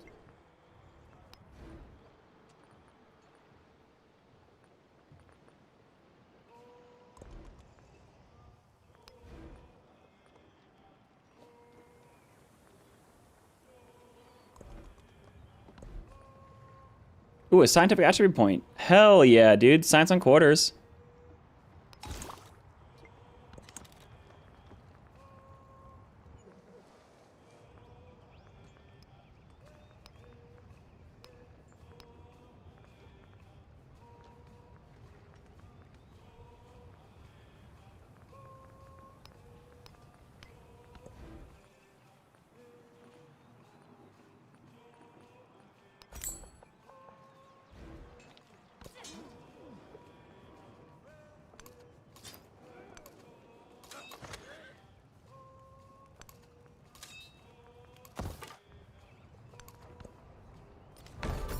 Dude, look at all that science. Oh, it's fake. It's not real.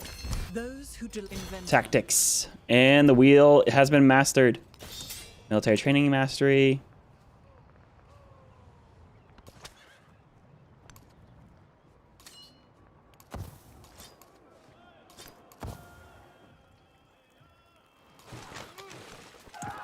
Alright, let's kill. Get the kill. Nope, not quite.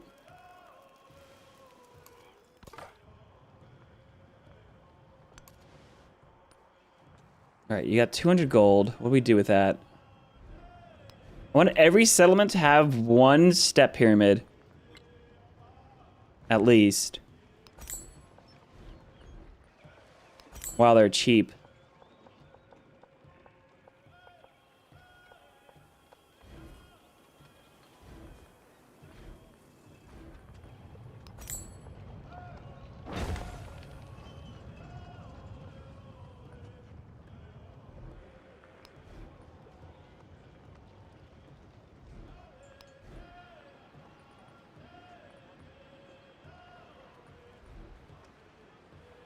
Eight turns, 2 turns, and then Anchor Watt, I believe, is what I gotta do over here.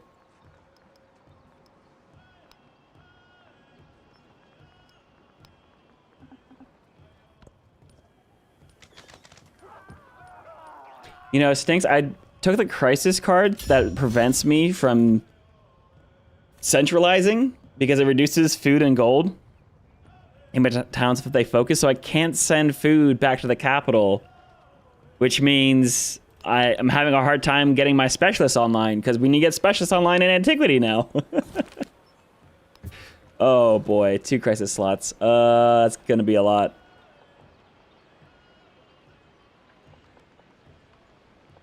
Let's see, that's 18. Oh, this is gonna be a lot when I have both buildings. That's a +4. Specialist on the production tile, so you can get things built faster.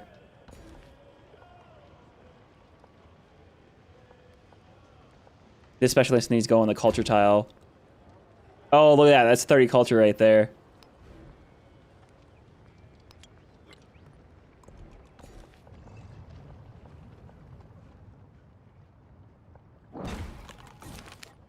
Ooh, another codex. Lots of codices.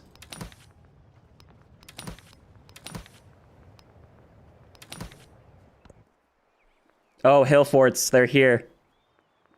I could go settlement limit, but that doesn't carry through the age. We'll go do hill forts.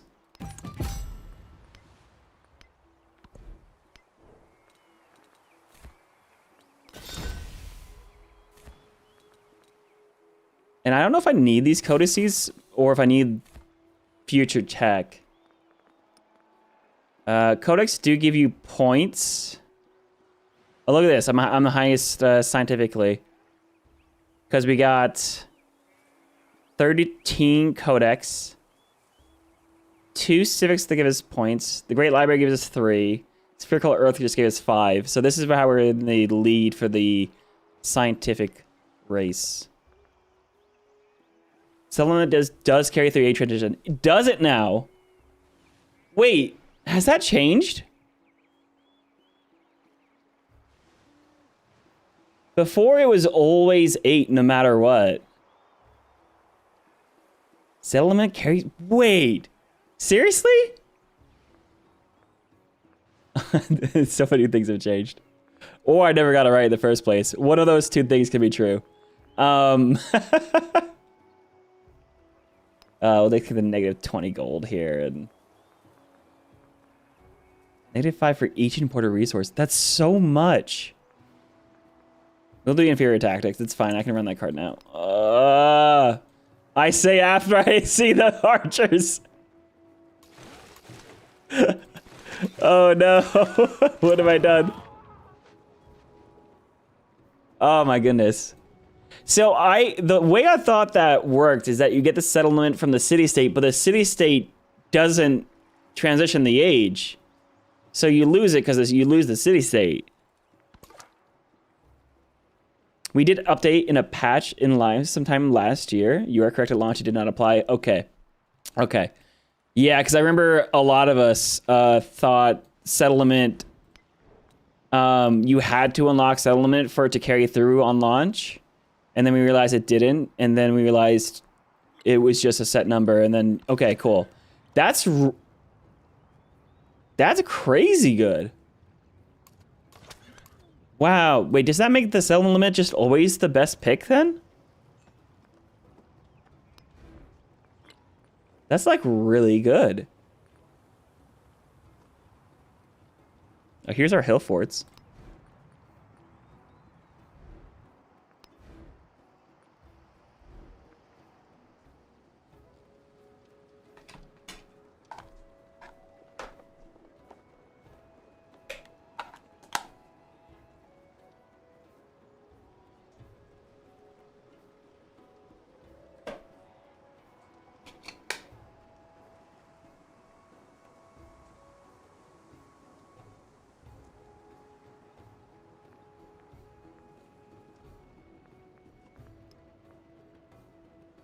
Realistically, I should probably just pick and choose the ones that I actually do want to complete.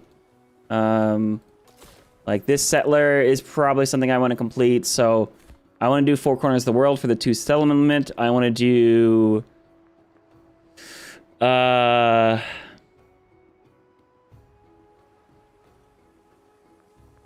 guess Round Earther? The Specialist limit actually is probably what I want. Oh, Great Work slot. I don't know, man. I guess I'm just gonna play the dang video game.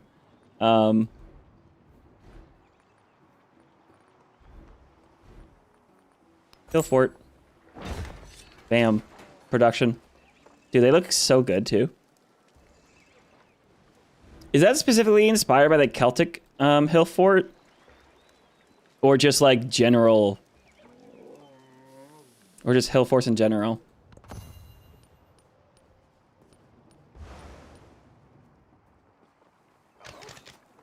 You no longer lose the settlement limit with a caveat. You do get to set... you get to set it to the baseline from the previous age still. So if you're missing a natural settlement unlocks, and then the transition update will override the bonuses.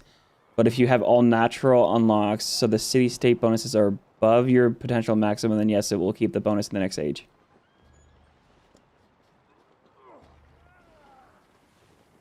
Okay, so you're saying you get, at the top of exploration, you get the 8 plus whatever additional ones you've unlocked.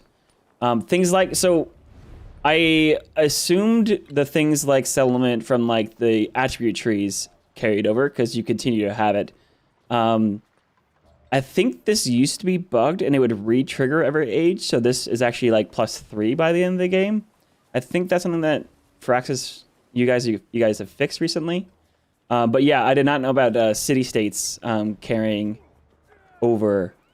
That's actually really neat. So you always have the minimum of everything that's in the civic tree is unlocked. Just like in how flanking is automatically unlocked, or technically the clay pit production is automatically unlocked in exploration. If you're above 8 at the end of the age, you'll be above 8 in the next age. And if you're below 8, even the city-state bonuses, then you'll be just at 8 in the next age. Ah, okay. So it's just a minimum number and not like a automatically unlocking things for you type of thing.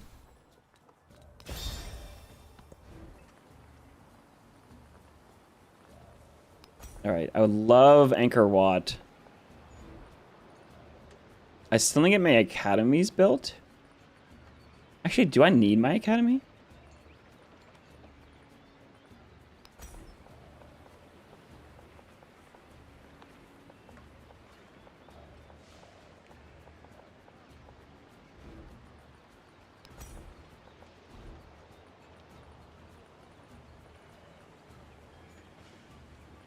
Mausoleum Theodore. I can't believe the AI aren't building the mausoleum. Oh, the Oracle's still available. I should totally build that. How many turns we got? 6. Oh, baby. Let's go.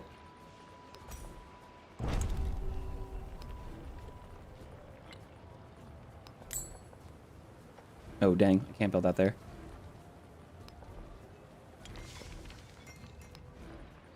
Okay, so, but here, look. We have the barracks and the blacksmith. These both have +4 adjacency. We have 28 yield on this tile. That's fantastic.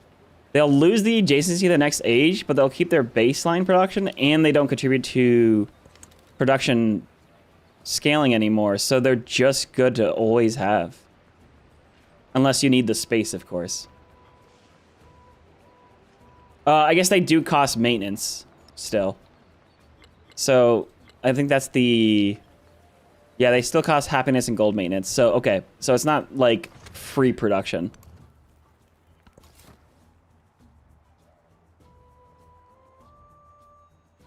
Look at this lotus, dude. That's awesome. Hey! I can settle here.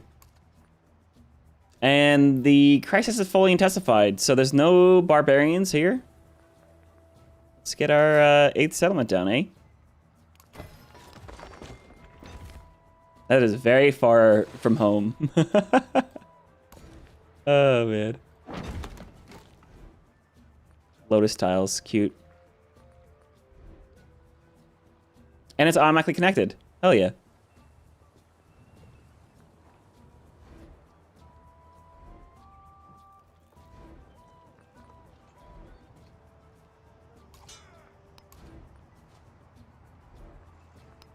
Apparently I haven't really improved any of my rough tiles because I don't have a lot of hill forts to get.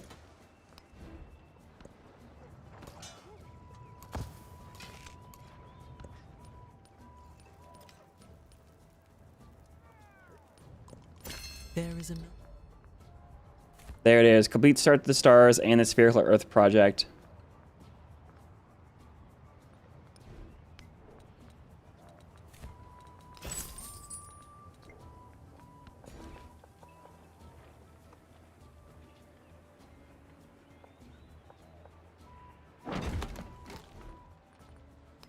Bicep pyramid.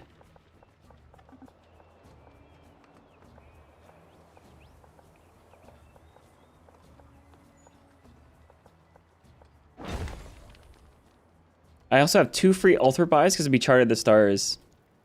So who's got a lot of quarters and needs a altar? So these 3 settlements have altars. You could certainly use an altar. This settlement has nothing, dude. That's funny.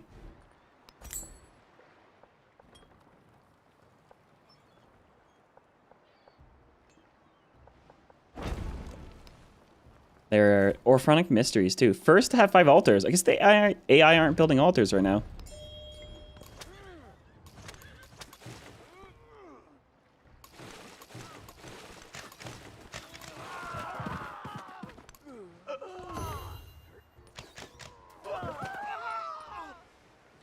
Oh, I want to clear it. I want to clear it. Ha!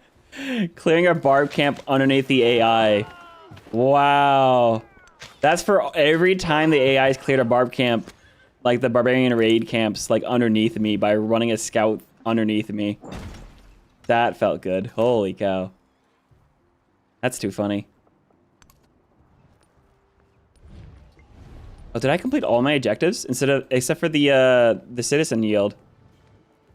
And we're about to get Angkor Wat too.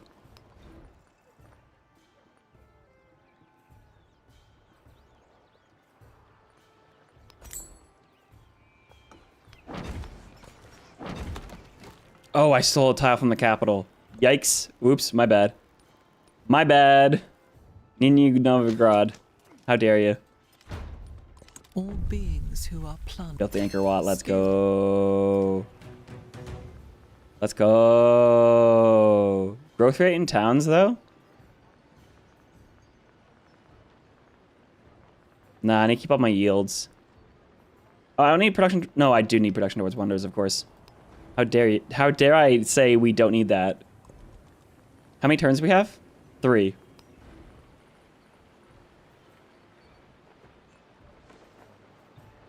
That's the Oracle, baby. Oh, let me gold purchase the rest of this blacksmith. Oh, jeez. Dude, I love that. I love that, dude. Oh, my goodness. And blacksmiths give you production on quarters, too. Yo, baby. All right. 3 turns. I can build a great stele. Sick, dude. What if I maximize my production? Can I get Coliseum?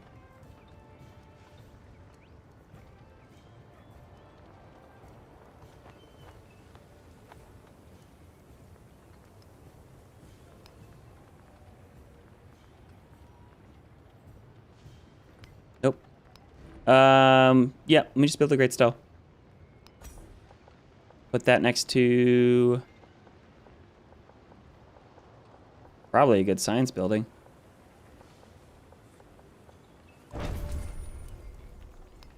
So we got the great stele and we can get the oracle. Oh, of course, the hill fort tile I just bought.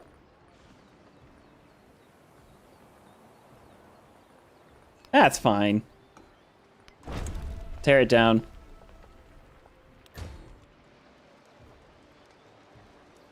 $36 yield on that tile. 3 out of 5. Sick, dude. I have 200 influence.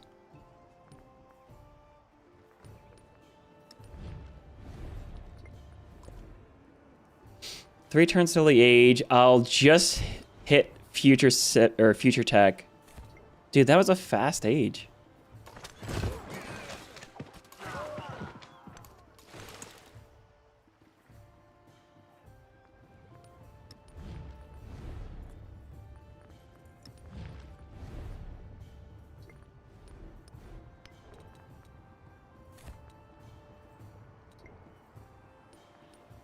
All right, I'll just max out my influence for the next era, I think. Build 2 more wonders. That'll give us up to 6 wonders. Very nice.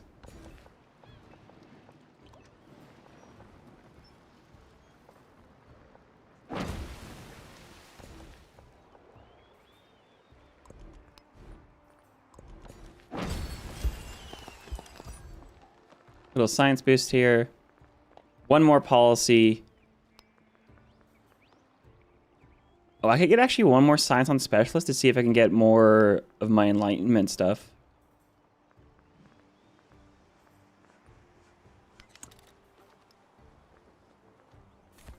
Still 3 out of 5. So this tile, and this tile. Grow in 5, grow in 10. Oh, okay, we're not gonna finish it.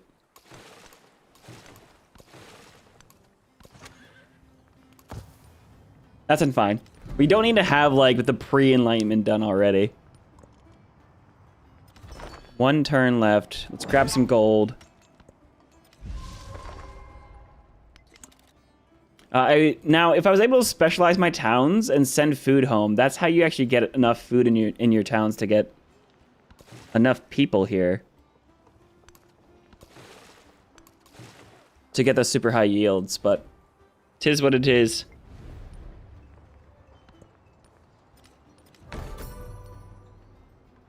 It is only the first stage anyways. The grains of sand on the beach. Grains of sand.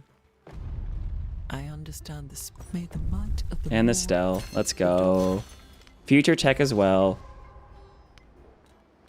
So this last turn does actually still process. So for fun, I'm going to complete bronze working.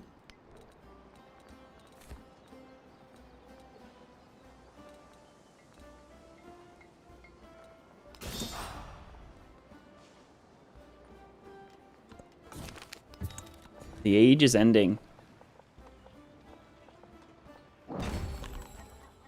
So we got a cultural attribute point. Wow. Oh, this was an old one. I meant to take the wonder production a while ago. Whoops.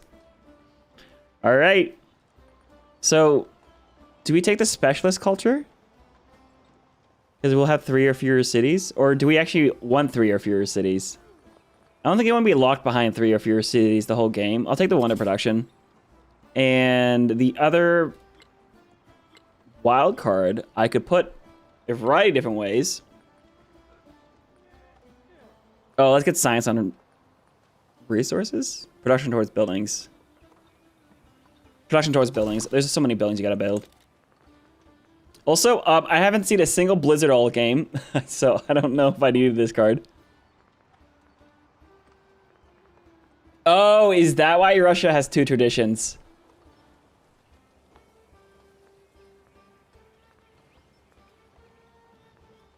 Yeah, that's because this one's mostly flavor, isn't it? That's funny.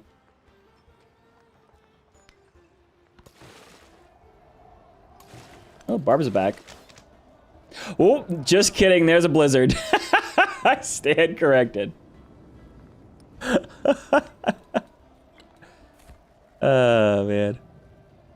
Yeah, your first tradition is just being immune to blizzards.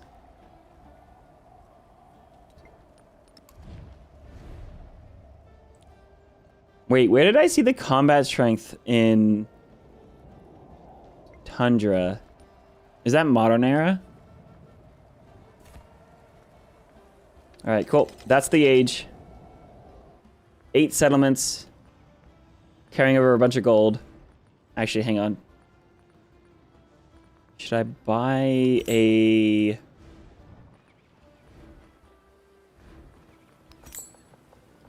Oh, I could actually buy a step pyramid over here.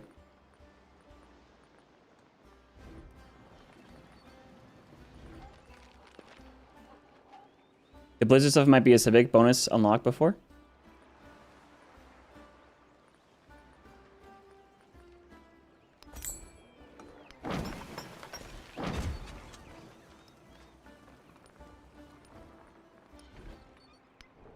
Oh, it used to be like a passive, but they didn't want to get rid of it.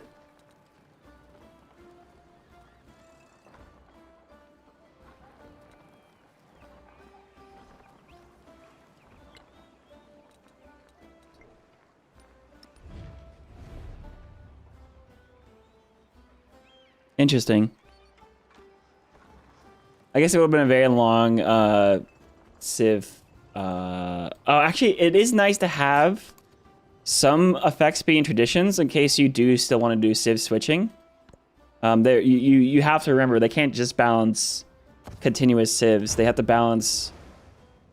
They have to figure out what's best between leaving an ability being a tradition so that your legacy carries through in your playthrough, and what abilities need to be completely unique to your Civ and carry on only if you continue as your Civ. It's a very interesting thing that they have to do now. Imagine playing Civ, I know, right? And who are we gonna play as? Mongolia, Norman, Bulgaria, or exploration era Russia? Let's try this out.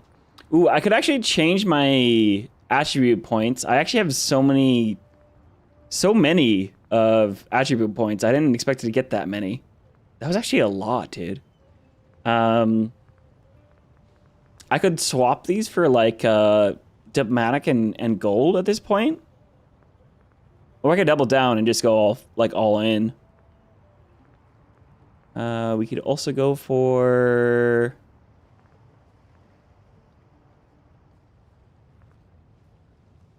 Great. Cities gain 2 science per great work on display.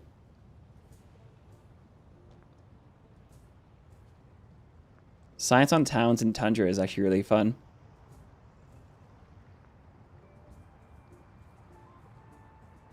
%. Huh. So now we have to play a religious Russia.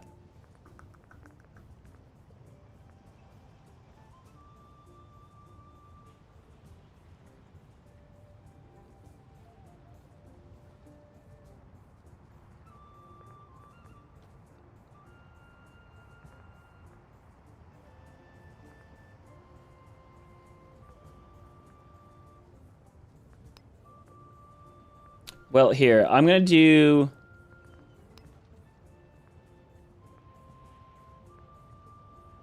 let's go for the great work. Science. And then let's go for the... What else do I want?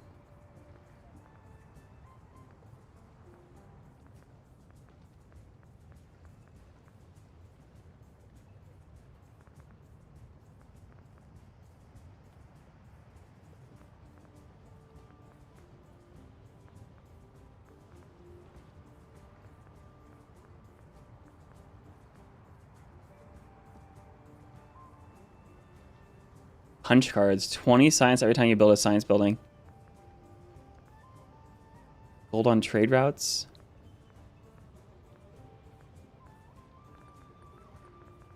Let's just go Diplo Point.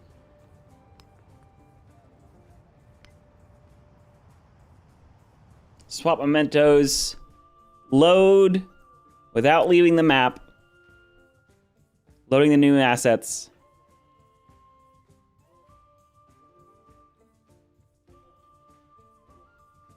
Some narrative event text. The world wakes. Where once the settled empire stood as fortresses in the wild frontier, now they are networks of roads and towns. Where once the secrets of writing and metalworking were jealously regarded in walled cities, now all have their means of power. The world wakes and reaches out.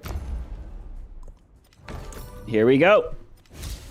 So that's how the ancient edition now feels. honestly, I think it's pretty awesome. Obviously, there's a lot of assets that need to be unloaded and reloaded for stability. It's a very important thing to mention. But here we are. We are now in the exploration age. So we're going to pick our dedications here. We have 3 dedications to pick. And you can see these are the 4 that we had completed. Wait. Expansionist attribute point. Did I not read that right? Wait a second. Wait a second. Was founding 8 settlements...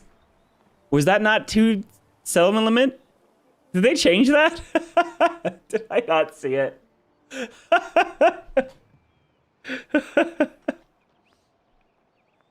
I could have swore I had more done. So we could take the Great Work slot in City Halls. If there was a library in the settlement when it was dedicated, just so we have more Great Works slots. That would help us get relics really quickly. We could unlock astronomy and have production towards projects. Expansion attribute point. The extra settlement is take and hold 6 enemy settlements. There used to be 2 settlement limit for founding 8 cities and 2 settlement limit for taking and holding 6 enemy settlements. There used to be up to gaining 4 of them if you went super crazy, but you're aware it moved? Where did it move to? Gone? Okay. Yeah, it looks like they replaced it with expansion as attribute point. That's probably good. You always feel pressure to settle 8 settlements every game. So, I mean, yeah, I guess it is changed. Hilarious. So, we also have the ability to move our capital, but our capital is really good where it's at. So, this era, we have to decide ways... Oh, wow. We're already halfway to this. Build wonders that grant innovations. Huh. Awesome. That'll give us innovation when we build wonders in modern era. That's something I would have loved to do. That means building a single wonder that generates innovation points, like this scientific one.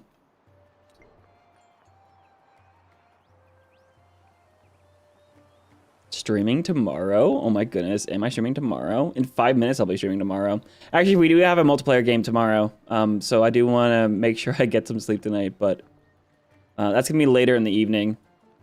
So our goal here will be using our abilities that have now... Actually, this doesn't scale at all. But using our great works that generate culture... relics now generate culture, so they actually are just a big amount of culture generated. So we can generate a lot of culture from great works, and our cities can generate science from the culture we're generating. So by having a high culture number, we can have a lot of science, and vice versa. So we are going for a scientific victory fueled by a strong culture. We also are doing not bad in tourism. Not great in GDP. We have the tie. Whoa, 3-way tie for the largest empire. Nice. But yeah, scientific lead. So anyways, so we're going to use a great works, meaning a religion, to fuel our scientific victory. So I'm going to pick up the piety. And let's do the... You know what? I'm going to try this out. I haven't actually ever used this. The Great Work slot on City Halls. For someone that had libraries. I only had 2 libraries, though. That's fine. You get 2 Great Work slots. Oh, does Catherine get 2 Great Work slots instead of 1? We'll see. And I could grab the... I don't have a place for the settlers to go. I don't need to keep my cities. There's only 2. Let's just unlock astronomy for free. I want to move my city. Yep. I take refuge. There exists. Very nice. Astronomy for free is actually really neat. And then I actually need to get up to education as quickly as possible.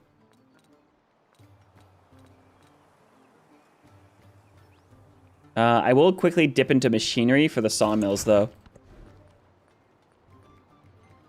So we have things like the temples to buy. Now, I could very easily buy a temple. I could also make a town into a religious site to buy it for cheaper. And then I'll have to decide which one needs to be, what my towns want to be. So St. Petersburg, this needs to be a city, of course. So these are definitely going to be my 2 cities. Kazan could probably turn into a city at some point. Moscow can actually start districting because this tile used to be a resource. The resource is gone, so I can actually district out here. So Moscow is going to be a city again. Oh, wow. Wait. All of the resources disappeared except for turtles and jade. Niter appeared. That's hilarious. Is the game completely fixed now and no issues? They're working on it. Religious science win. Are we Saladin? We salad. We salt. We sal. I don't know, man. Cool. So I can't get a trade settlement. This is something that I feel like is a holdover from the previous setup. The town focus that is gold in trade route is only available for distant land settlements and exploration. That kind of feels like a holdover, like how religion used to only affect settlements that were like not your settlements, or you had to get points by going to distant lands, conquering, like the old legacy path system. I'm hoping at some point they'll bring back the gold focus, trade route focus building for homelands, because there's plenty of civs that don't want to go to distant lands. Specifically, I'm thinking about Inca that are trying to play an economic game that need that, you know, to get their GDP and all that kind of stuff. So, let me see. But basically, what I can do is one of these needs to be a hub town. One of these need to be a probably just a fishing town or resort town. This can't be a trade settlement. It could be a fort town if I'm ever feel like under threat. It would be a very good temple town because of the mountains. Yeah, that's what we'll do. We're gonna make this a religious site.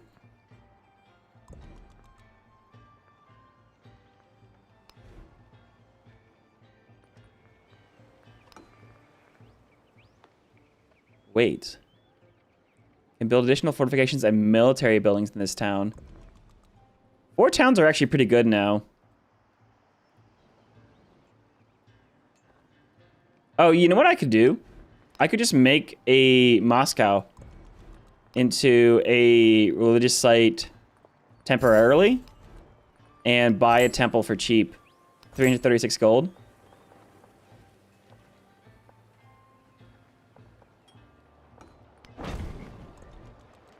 And found my religion turn 1. Very nice. Then I can get my stone cutter.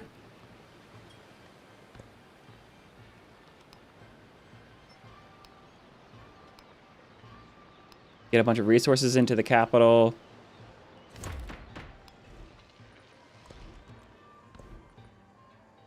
And we're going to go for a theocracy here to have a huge culture number that can balloon into a science number. Now, exploration test of time. Russia gets another new tradition, giving you 15% production, but negative 15% growth rate in cities. Hierarchy gives us 2 more generic traditions. Now, syncretism allows us the option to syncretize from Mongolia, the Normans, Bulgaria, or Russia, which gives us another card: culture on wonders, science on wonders in tundra, And it levels up. It levels up the last one. Awesome.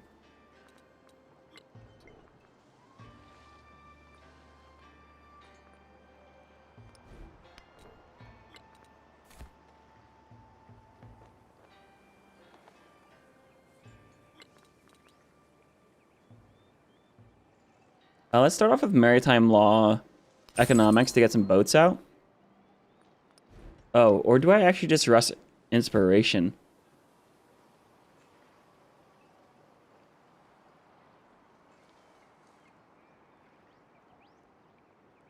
No, economics is fine. Social policies, we got 2 tradition slots, so I want to run the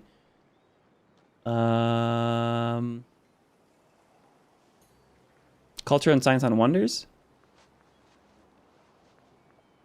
And extra science.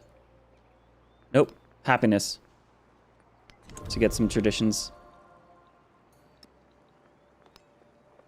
We'll make a religion.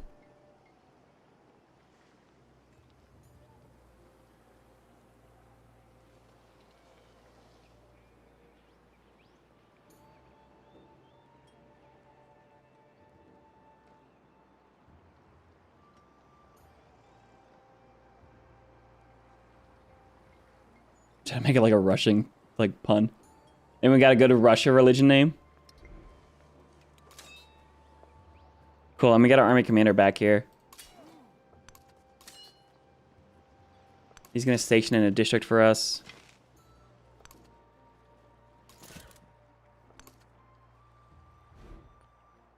And we have one lonely settlement over here.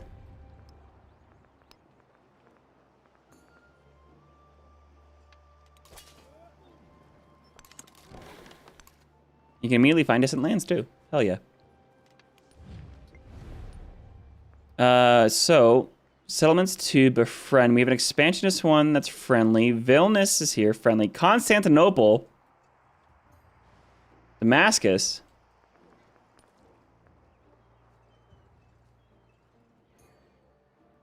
I think we're gonna go for a cultural one quickly.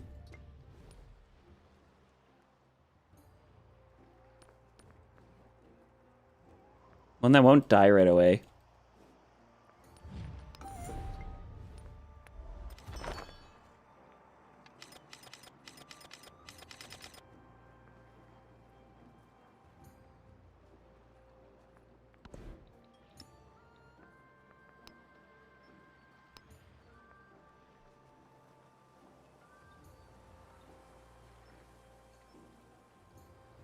Name White Russians. Good drink. And then let me see where we can get our relics from this game. So,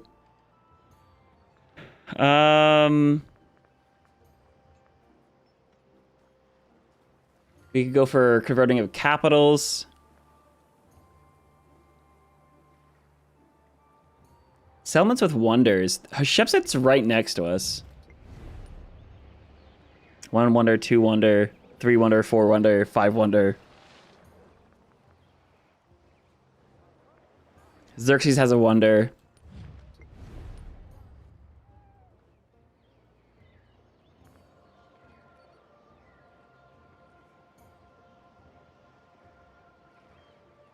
This belongs to this city. So it looks like her wonders are just 2 cities. She also only has 3 settlements. That's crazy.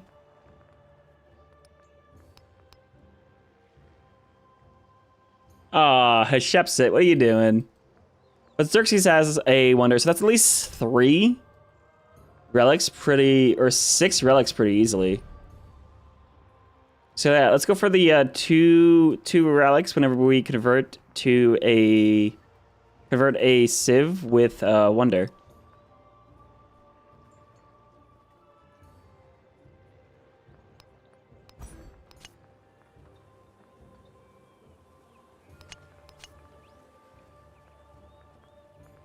And then what we should go for? I could use my gold or my faith to just boost our science even more.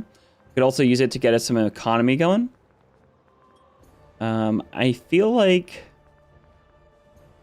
the influence one's actually really good, considering it gives you 1 influence for your own settlements and 2 for settlements other settlements. I love Feed the World though, man. I just love Feed the World. Oh, Salat. This one's actually really good. All buildings receive a happiness adjacency with a temple. This doesn't even require you to have your religion in that settlement. It's just always good. So you can see here, if I build my temple, all the buildings get an adjacency for it.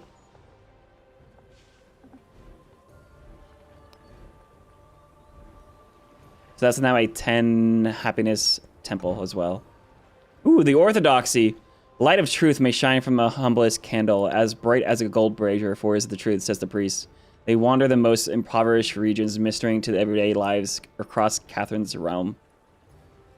Faith makes the lives of peasants better. Convert a settlement that isn't yours gives you a cultural attribute point. Oh, absolutely, dude.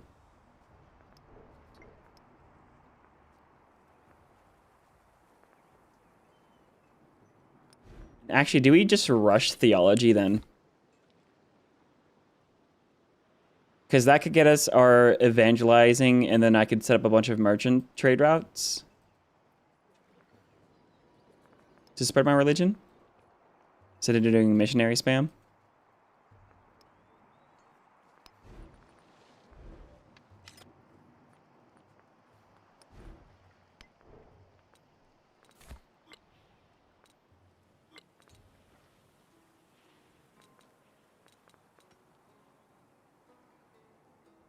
House of Wisdom is actually a wonder for us to prioritize. It's a relic and an innovation wonder.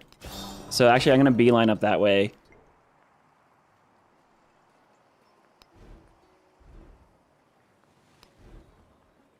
Oh, that became spices. So was that the... Oh, what resource was it?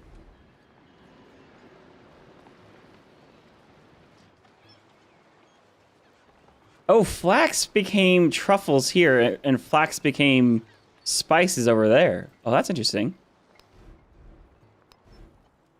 All right, Novgorod can definitely specialize.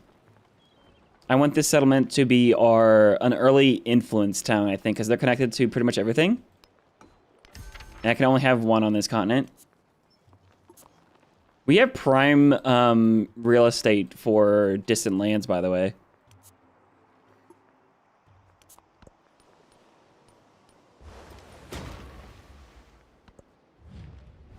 Ooh, open markets would be good, except I want to get some city-states first.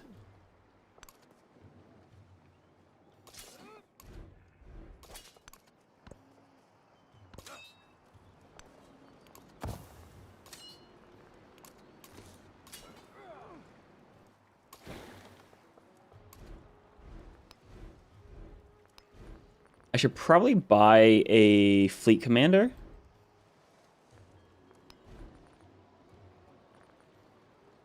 Oh, there's also the wonder that gives us great works. That's absolutely a must.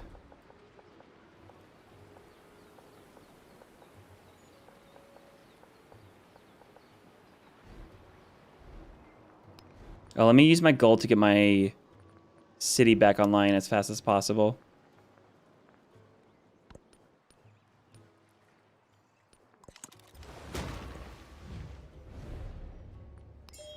Isabella's actually being very friendly. Ooh, I need the diplomatic point I forgot to put on. Do we want influence or happiness? Influence on the palace is good, but one happiness in every city hall I feel is better in exploration era.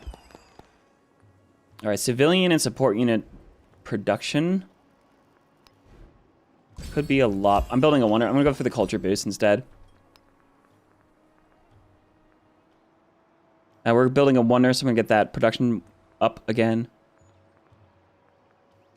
And rituals and rites.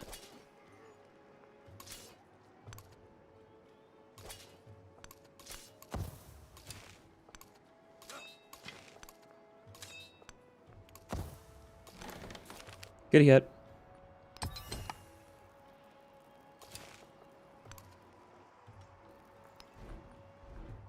All right, let's get the city back.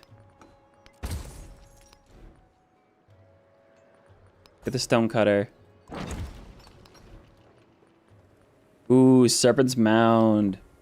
It's already unlocked. That's hilarious. Oh my goodness, the observatory is so good in the mountains. Ah!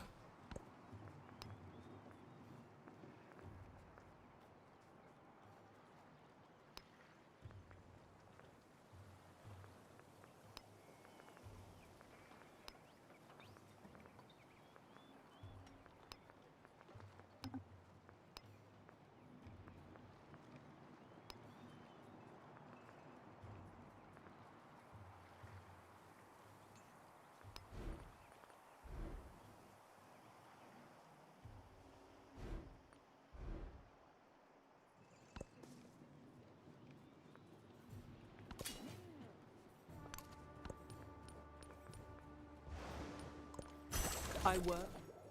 Sweet, there's machinery. Now I'm gonna go straight down here towards education, so cartography right away. And yep, there it is, distant lands. We'll do a little bit of distant landing because that's just the most natural place for us to expand. Hopefully there's some tundra as well.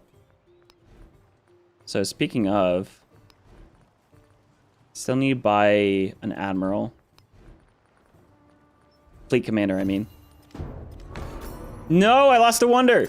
Oh. Dang it. How was I supposed to build that any faster? It's turn 5. Dang it. Okay, that's such a good wonder to lose. All right, guys, I think I need to wrap up here. It is past midnight here. For those that enjoyed this stream, make sure you follow on Twitch. You subscribe over on YouTube. I have links down in the description to find those. And come back tomorrow. We have a multiplayer game planned with a bunch of regulars for the community. Hello. Oh, that's my Discord. And it should be a fun time. I'll be inviting, of course, members of Firaxis. I would love for them to come and watch. And until next time, I'm trying to get some YouTube content out soon. I'm very busy with work right now, but we'll see what we can do. Anyways, I'll catch you all guys all later. Bye-bye.